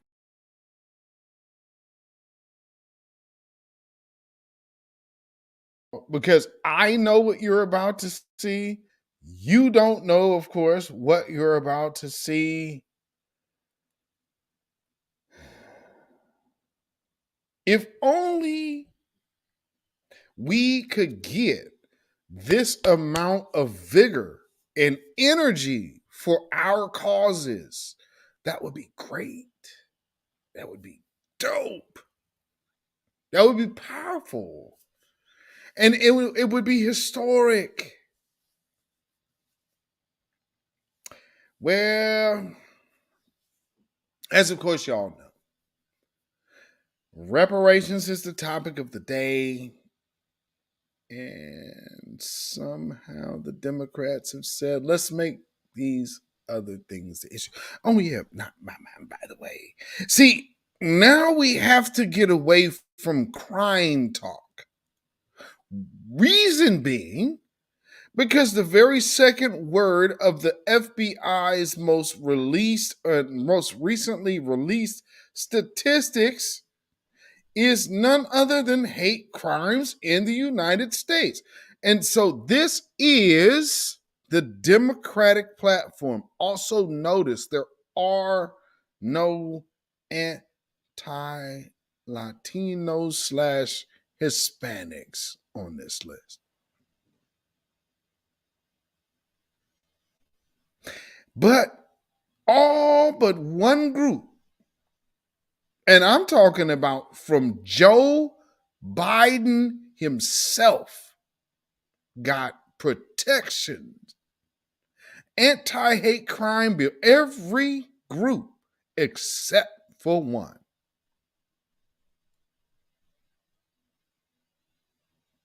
You know what's funny? When you see stuff like this, would you ever suspect that the group that does not have those protections would be this group. I mean, because when a person tells you, the African American community stood up again for me, you've always had my back and I'll have yours. Okay. Prove it. How do all of these groups have hate crime protection, but the one group with over 3,000 incidents against them is never mentioned with a whole congressional Black Do Nothing caucus?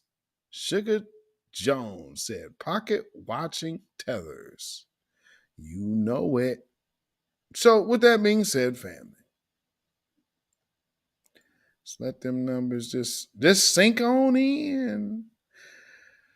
Well, now that reparations is a real conversation, they have to get another conversation in the mix. What is it? Gender. Got to get gender in the mix. How do we get gender in the mix? Well, we're talking about trans. We need people to start thinking, when they think trans, they think, well, that's just like Black. What do you do to get that accomplished?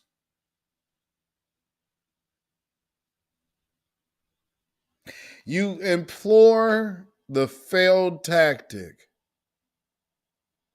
of using the Bible, religion, and the Lori Lightfoot tactic. Without further ado, we're going to Kentucky. And family, throughout this 3 minutes that I'm about to play, I want you to hold on to something and just think, what if this woman gave this energy to Black issues like she does for trans issues? And this is not a trans issue.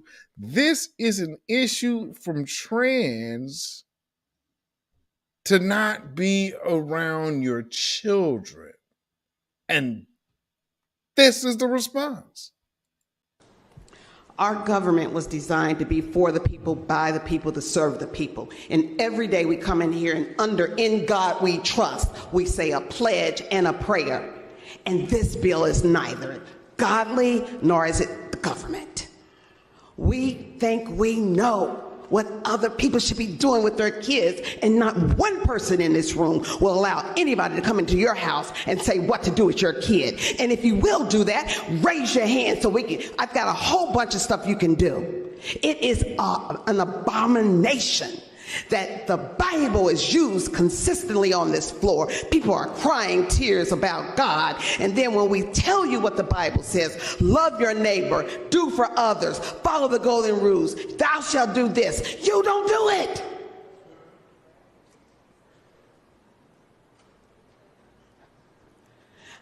As far as I can tell, when I read the Bible, he said, go out and love people the way I've loved you, and I'll take care of the result. He says, take care of the least of these.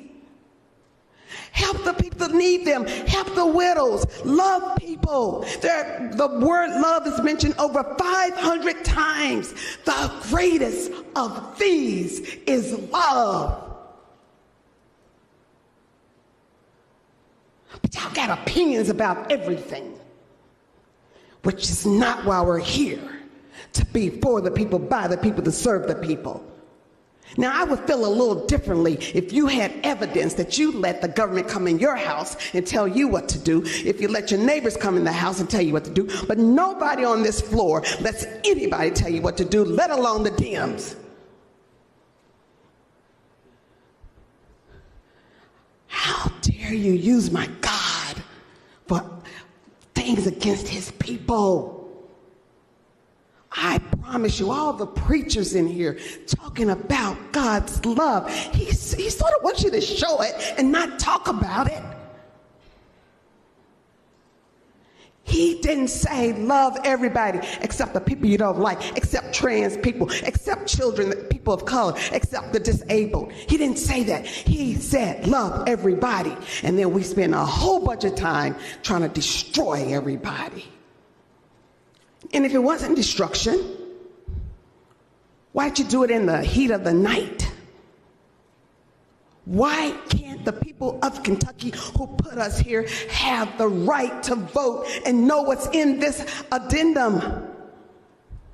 Why are you hiding? What are you hiding? Stop doing the thing that they send us here to do, which is to represent them and not your own personal peeves. If you don't want to have an abortion, don't have one. If you don't want to be bothered with trans kids, don't.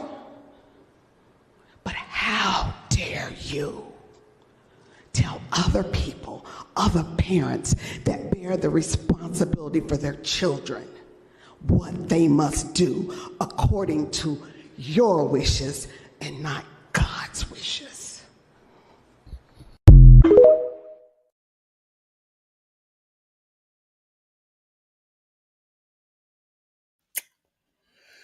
Wow.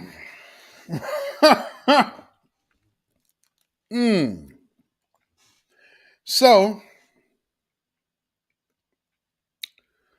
for those who didn't understand,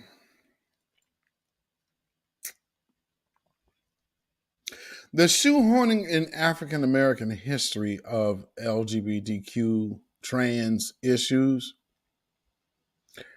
I look at as a built-in roadblock, because anybody who was doing that knew that that would catch a problem. See, we could have had our own history being told. Why were we having, with our history, having this whole other agenda coupled with it? How does that make sense? You know what I'm saying? It doesn't, and it shouldn't, but nonetheless, when it comes down to black folks, everybody takes their liberty.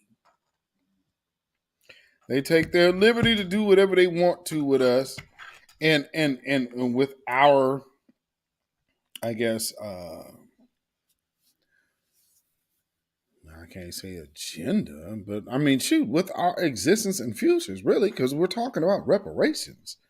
And these people want in on the conversation of reparations so damn bad. I saw a post. Where is that? Let me see if I can get that in here. I saw a post of now there's other groups that are asking about reparations. There was no LGBTQ reparations. There was none of that. However, they're morphing that into the conversation. So pay attention. But there was something else that also happened, because y'all have to be aware of political theater. You understand what I'm saying? When I say being aware of political theater, y'all have to understand these little tactics that they love to throw out at black folks. And right now, what they're going to do, and this is a white supremacist tactic, so that's why I've been telling y'all, they send in dog whistles from left to the right. So it's all one big thing. It's not about, oh, well, you listen to the Democrats or you listening to the Republicans or you doing this and you doing. No. And be clear, the line of wokeness is not originated on the right. It's literally coming from the left. That whole woke thing, how do you think they got to woke? You think white people came up with that? Do you really think white people came up with the term woke? Or if it wasn't some foot shuffling Uncle Tom, Simone Sanders, around just over there putting stuff in the wind? Just, what do you think? But let's hear from DeSantis. Serves a public health function, so even though they've got hundreds or thousands of people together, that was fine. And they actually wrote a letter saying this, and in the same letter they said, it's fine to go out and protest with BLM, but does not mean it's okay for you to protest against lockdowns or other things that you may. So, you know, this was presumably a woke virus. But I think the...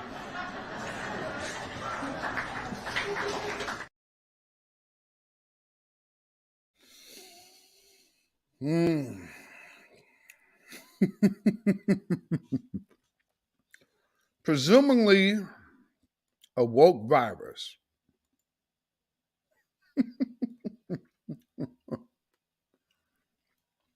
No, it was not a woke virus. It was a ploy to get black folks to take something that they normally would not take because we are normally not prone to needles.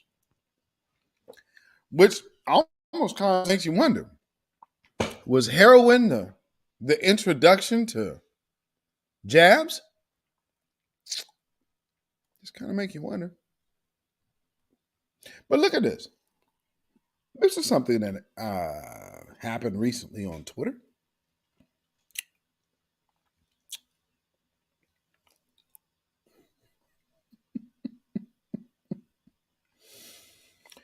The nerve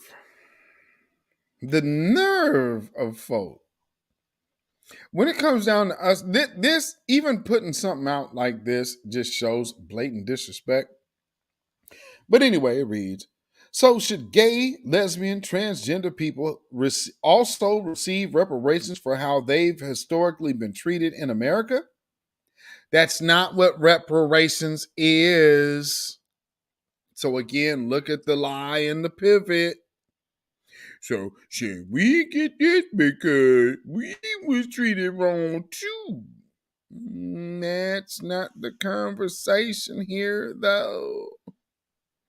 But notice how they're trying to work it that way. It is something to pay attention to. All the hate crimes, etc., the abuse and lack of rights, it would only be fair, correct? Even if gays alive now didn't experience what gays did then. Huh? What are you talking about? What did they experience that's comparable? And these aren't historic numbers. These are present numbers. Present numbers. You understand what I'm saying? And so again, family, no. Judah Queen said these folks need to stay out of our affairs. None were saying any of this for others receiving tangibles. Thank you. Phantom Beat said, where is gay Mez? Where is the gay Mez at washing his tights? Make you wonder. Makes you wonder. Okay, so here's another thing I want to point out to you.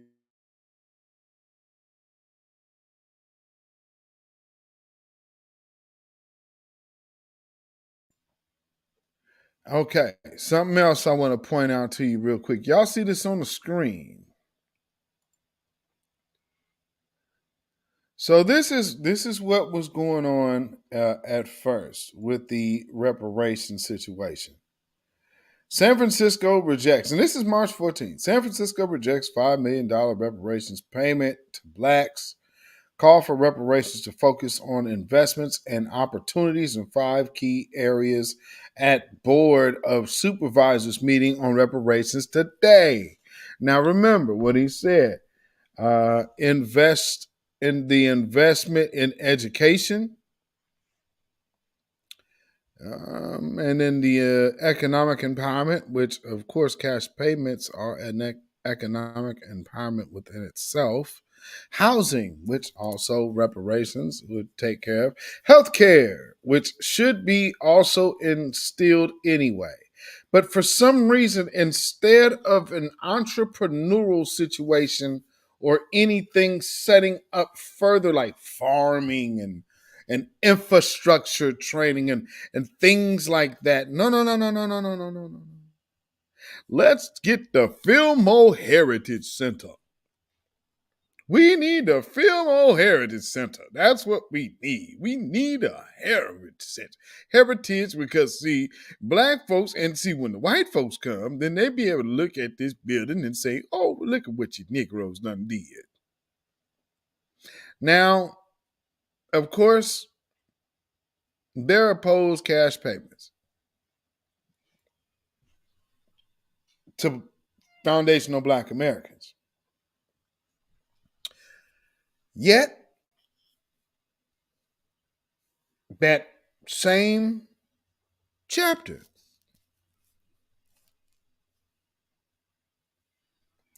they accepted $50 million from Wells Fargo. They didn't take that in land. They didn't take that in subsidies. They didn't take it in education, because what would education look like to a 60-year-old who is still owed a debt?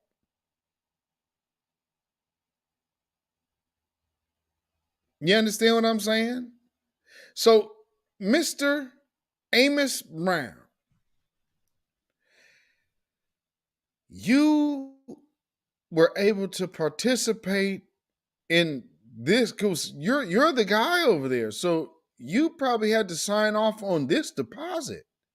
There's a $50 million check that you had your hands on at some point in time, brother. Why on earth would you say black folks shouldn't get their check?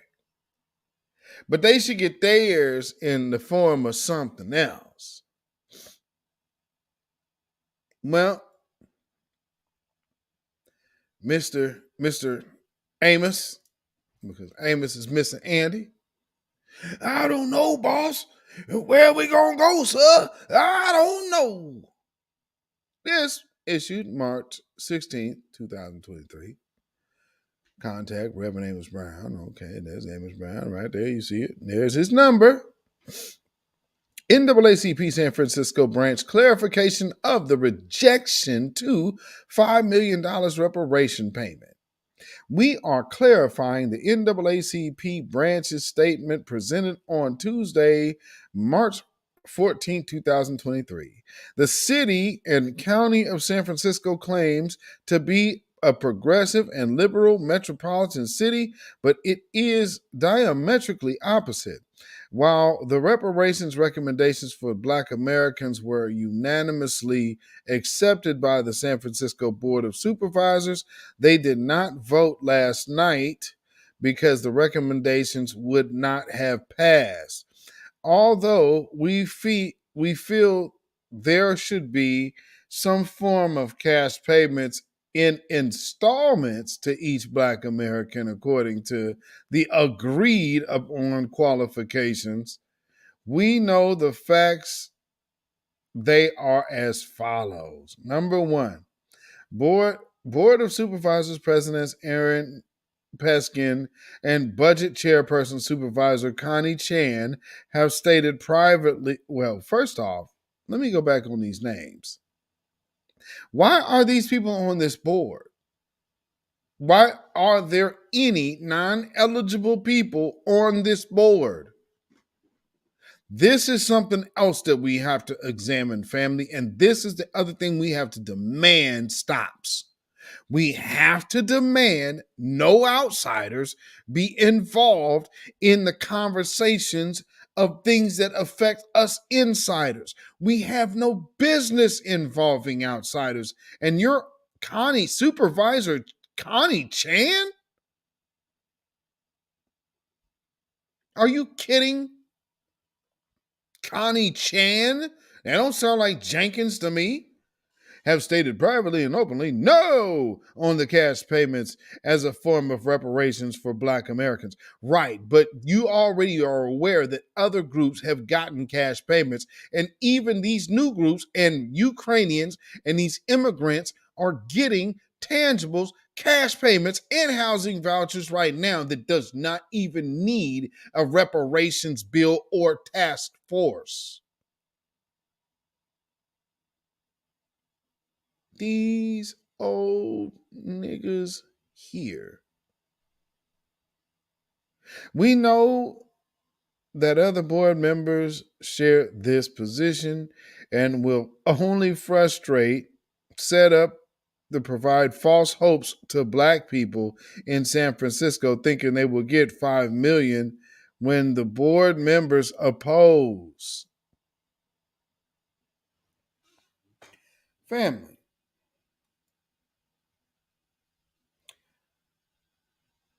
And I won't go through all of this because I know our good brother, Professor Black Truth did. I just wanted to point out the hypocrisy in what they're doing. So you come back after rejecting it, and then you're trying to clean it up by saying, well, no, this is the reason why we rejected it. There's no other group that's gotten repaired in the way that you are looking at us getting done. Why, when it comes to us, is there so many people? And again, I have to look at why the hell is there an Asian person on these boards in California? You are Asian. Why are you here? This is black business. What the hell is this person doing here? And we need to get to that. We really need to get to that because that is hugely important, family. We have allowed that. That's how this is going on. We got all these. When it comes down to black folks, we got a multicultural mashup board. Bullshit. There ain't no board that's speaking for foundational black Americans on it that needs a immigrant with an accent, a non-black or non-melanated individual. If your ancestors do not tie to ours, you should not be on any board talking about reparations. Not a chairman, not supervisor, not none of that. You understand how they set that shit up? They setting it up in a manner to where there is a first wave of defense.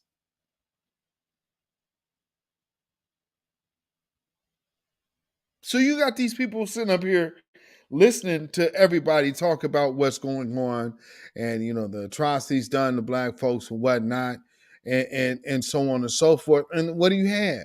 A bunch of people who know what they're there for. They're getting paid to listen to you whine and cry. Now, the truth is where things are coming in at. They got this OMB thing going. The OMB thing is more about Latinos. The smokescreen and trick is in putting black folks' designations in the forefront of the conversation. The true agenda of the OMB is for Joe Biden to change the designation of the Latinos. That's if you haven't been paying attention, the Latinos are very well versed on why they need to be separated from each other. That should tell you something about insider, like almost like the stock market. That's insider trading. They got insider information to know.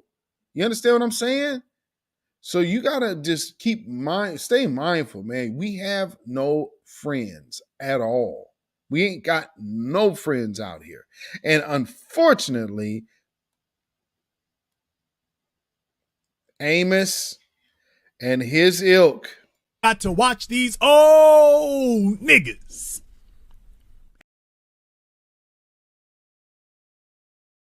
Watch these too. Gotta watch the broke Hogans.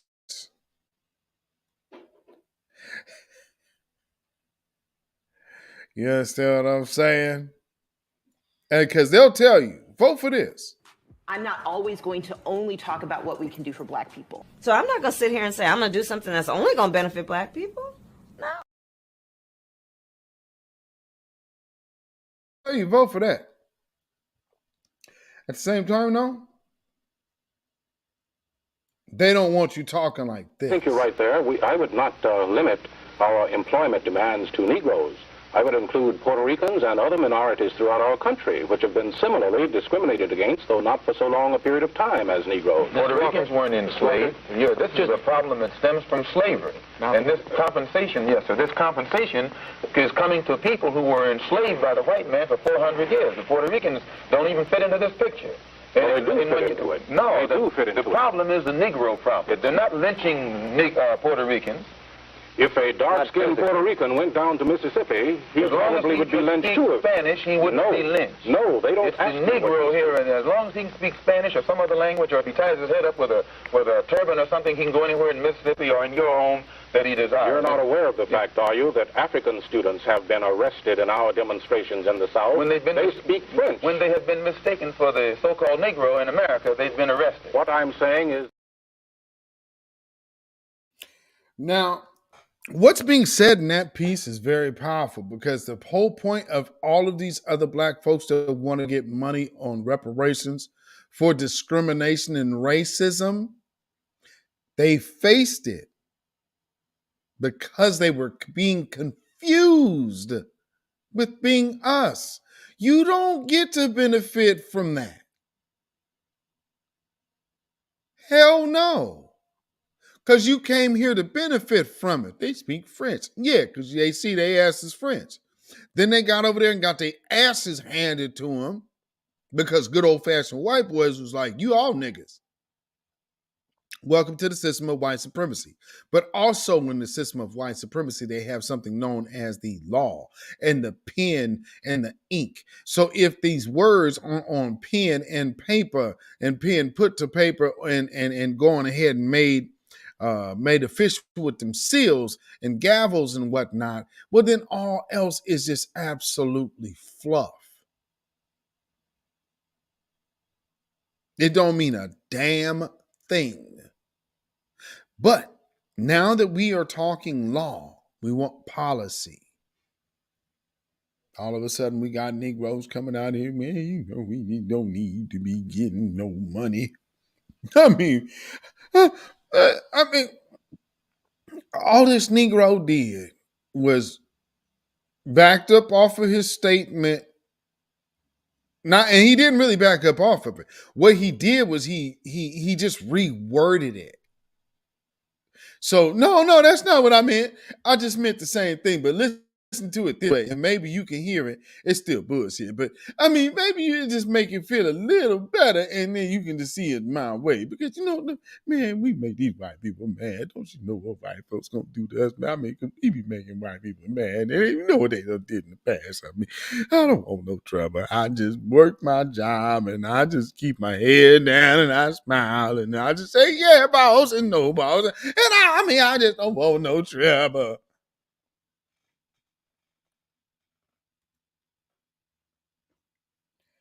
You know, I mean, I just works. I mean, I obey, I follow the rules, and I mean, I don't be in nobody's face and nothing.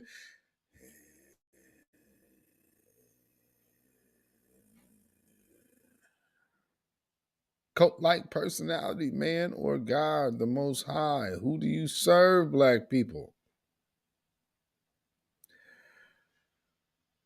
If you serving this man in power, you are serving Satan, because these are his children. And if you want parts of it, then, you know, the 2/3 clubs is always accepting members.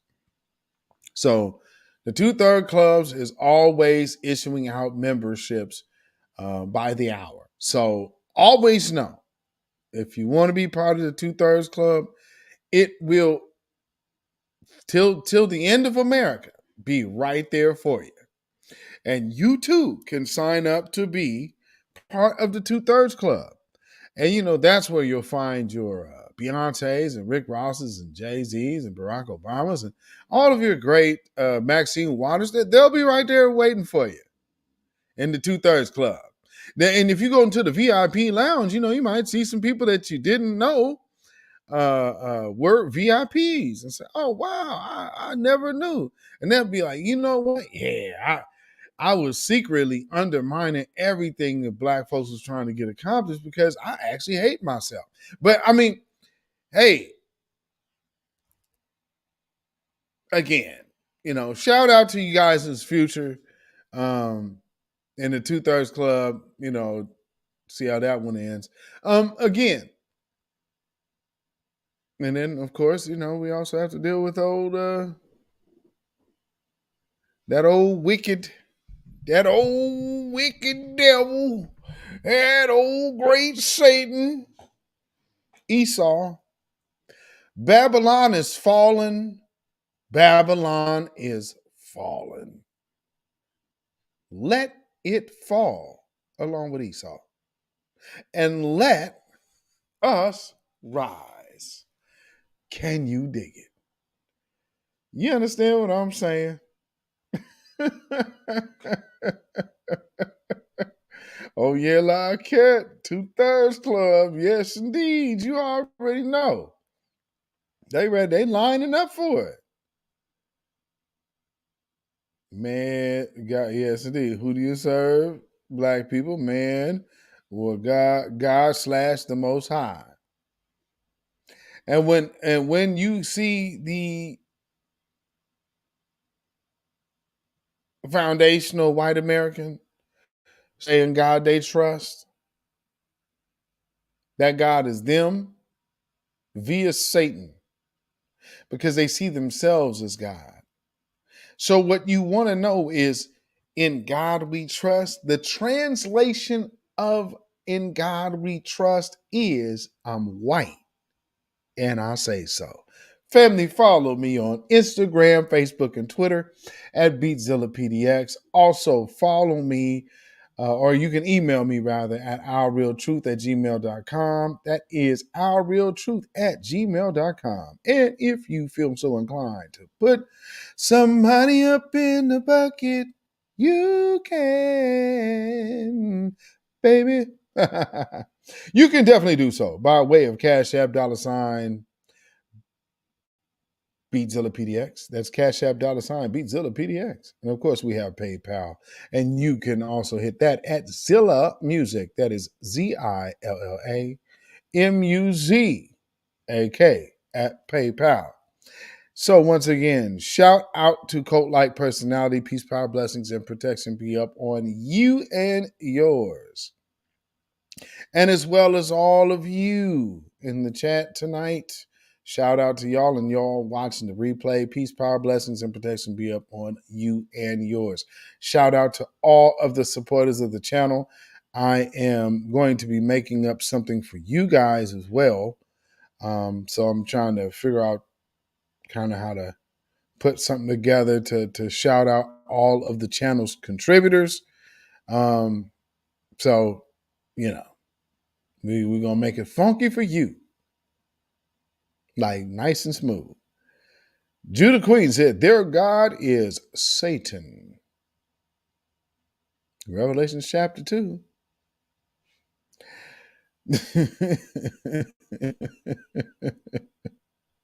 Pretty much right there.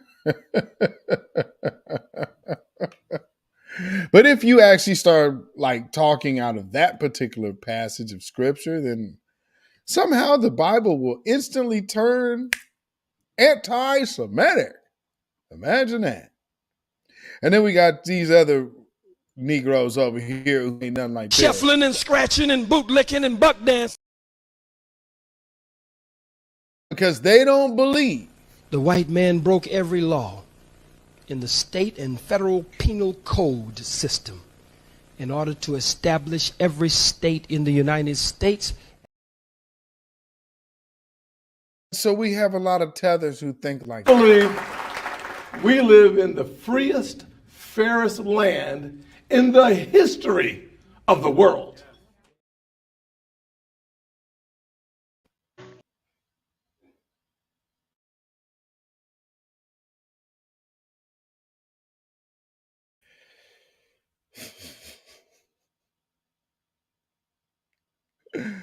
Buddy. Because this is one thing they don't understand, and then they'll misuse our greats. And a lot of white folk have demonstrated eloquently that they don't have no sense. When they show us this, we know that. So when we start seeing people like the video I showed earlier, what do you think about reparations? And where, it was so long ago, I just think that it was so long ago that we forget it. And see, my people went enslaved. Your people went enslave us. So we should just let it go. I smell Joel off. And so if you think that we should not get reparations via cash payments, Get up off of that cocaine and get up off of that crack.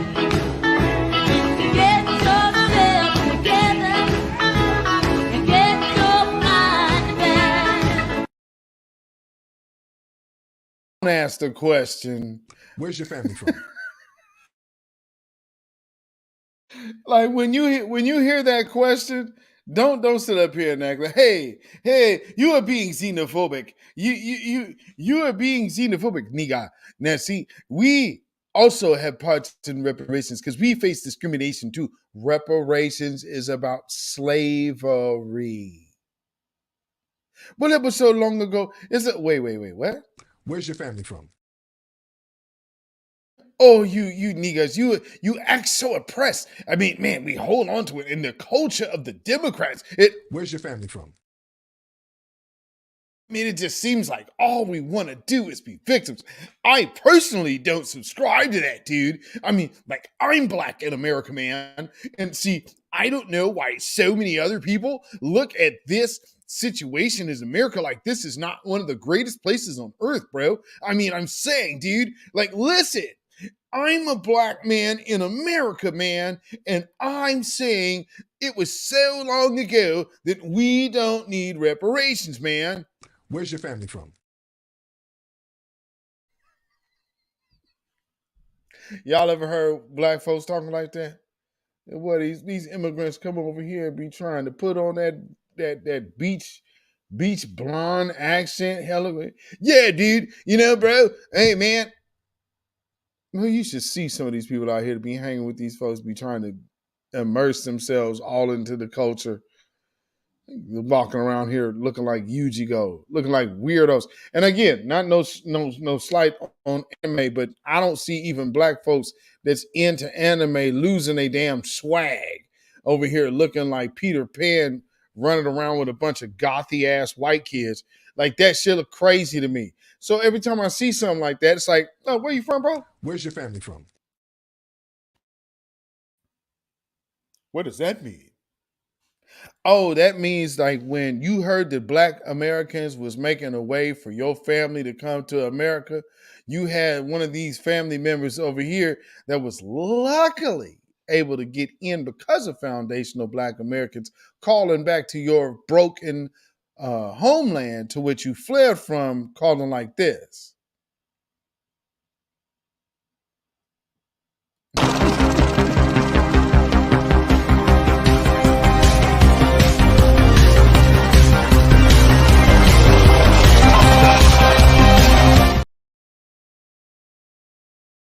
Immigrants did not build this country. African Americans built this nation.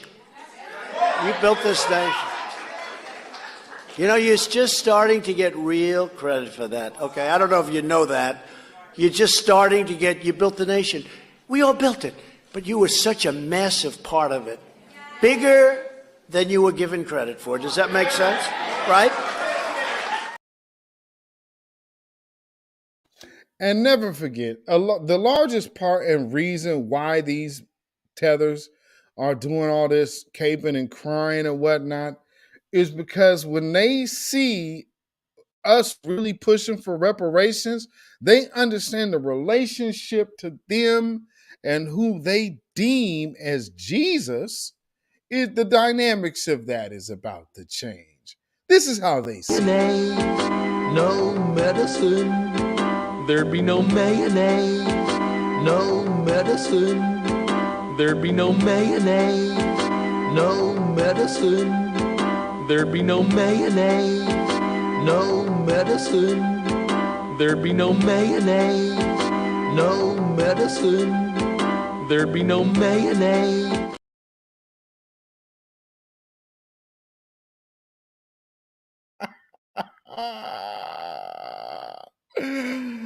Oh, so cut the check. And this is the order. Put it in the frame of reference. Everyone, when they talk about racism and white supremacy, should always start by saying that the focus, the objective should be replace white supremacy with justice. Those are the 5 basic words.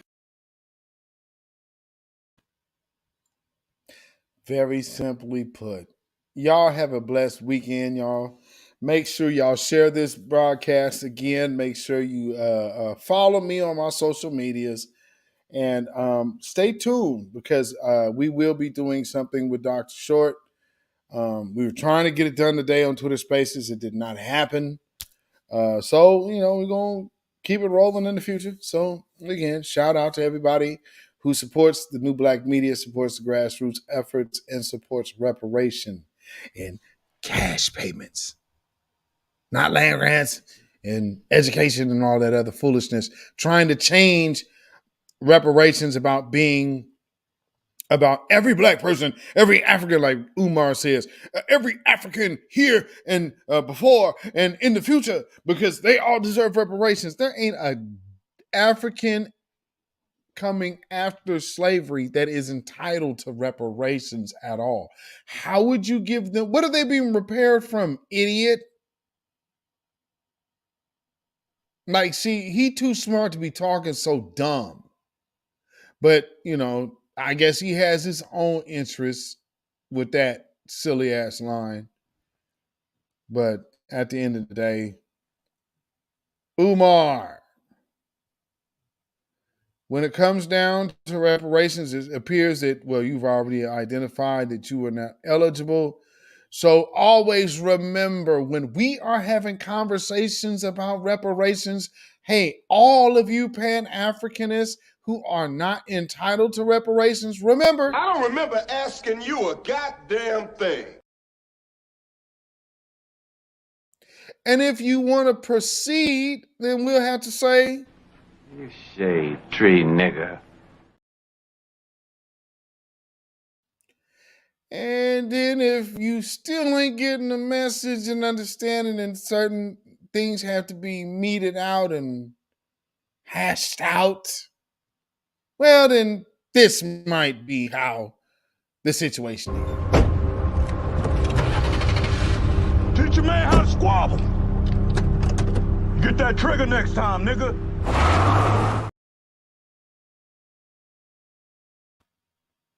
Stay black, stay vigilant, stay alive. Black first, black first, black first.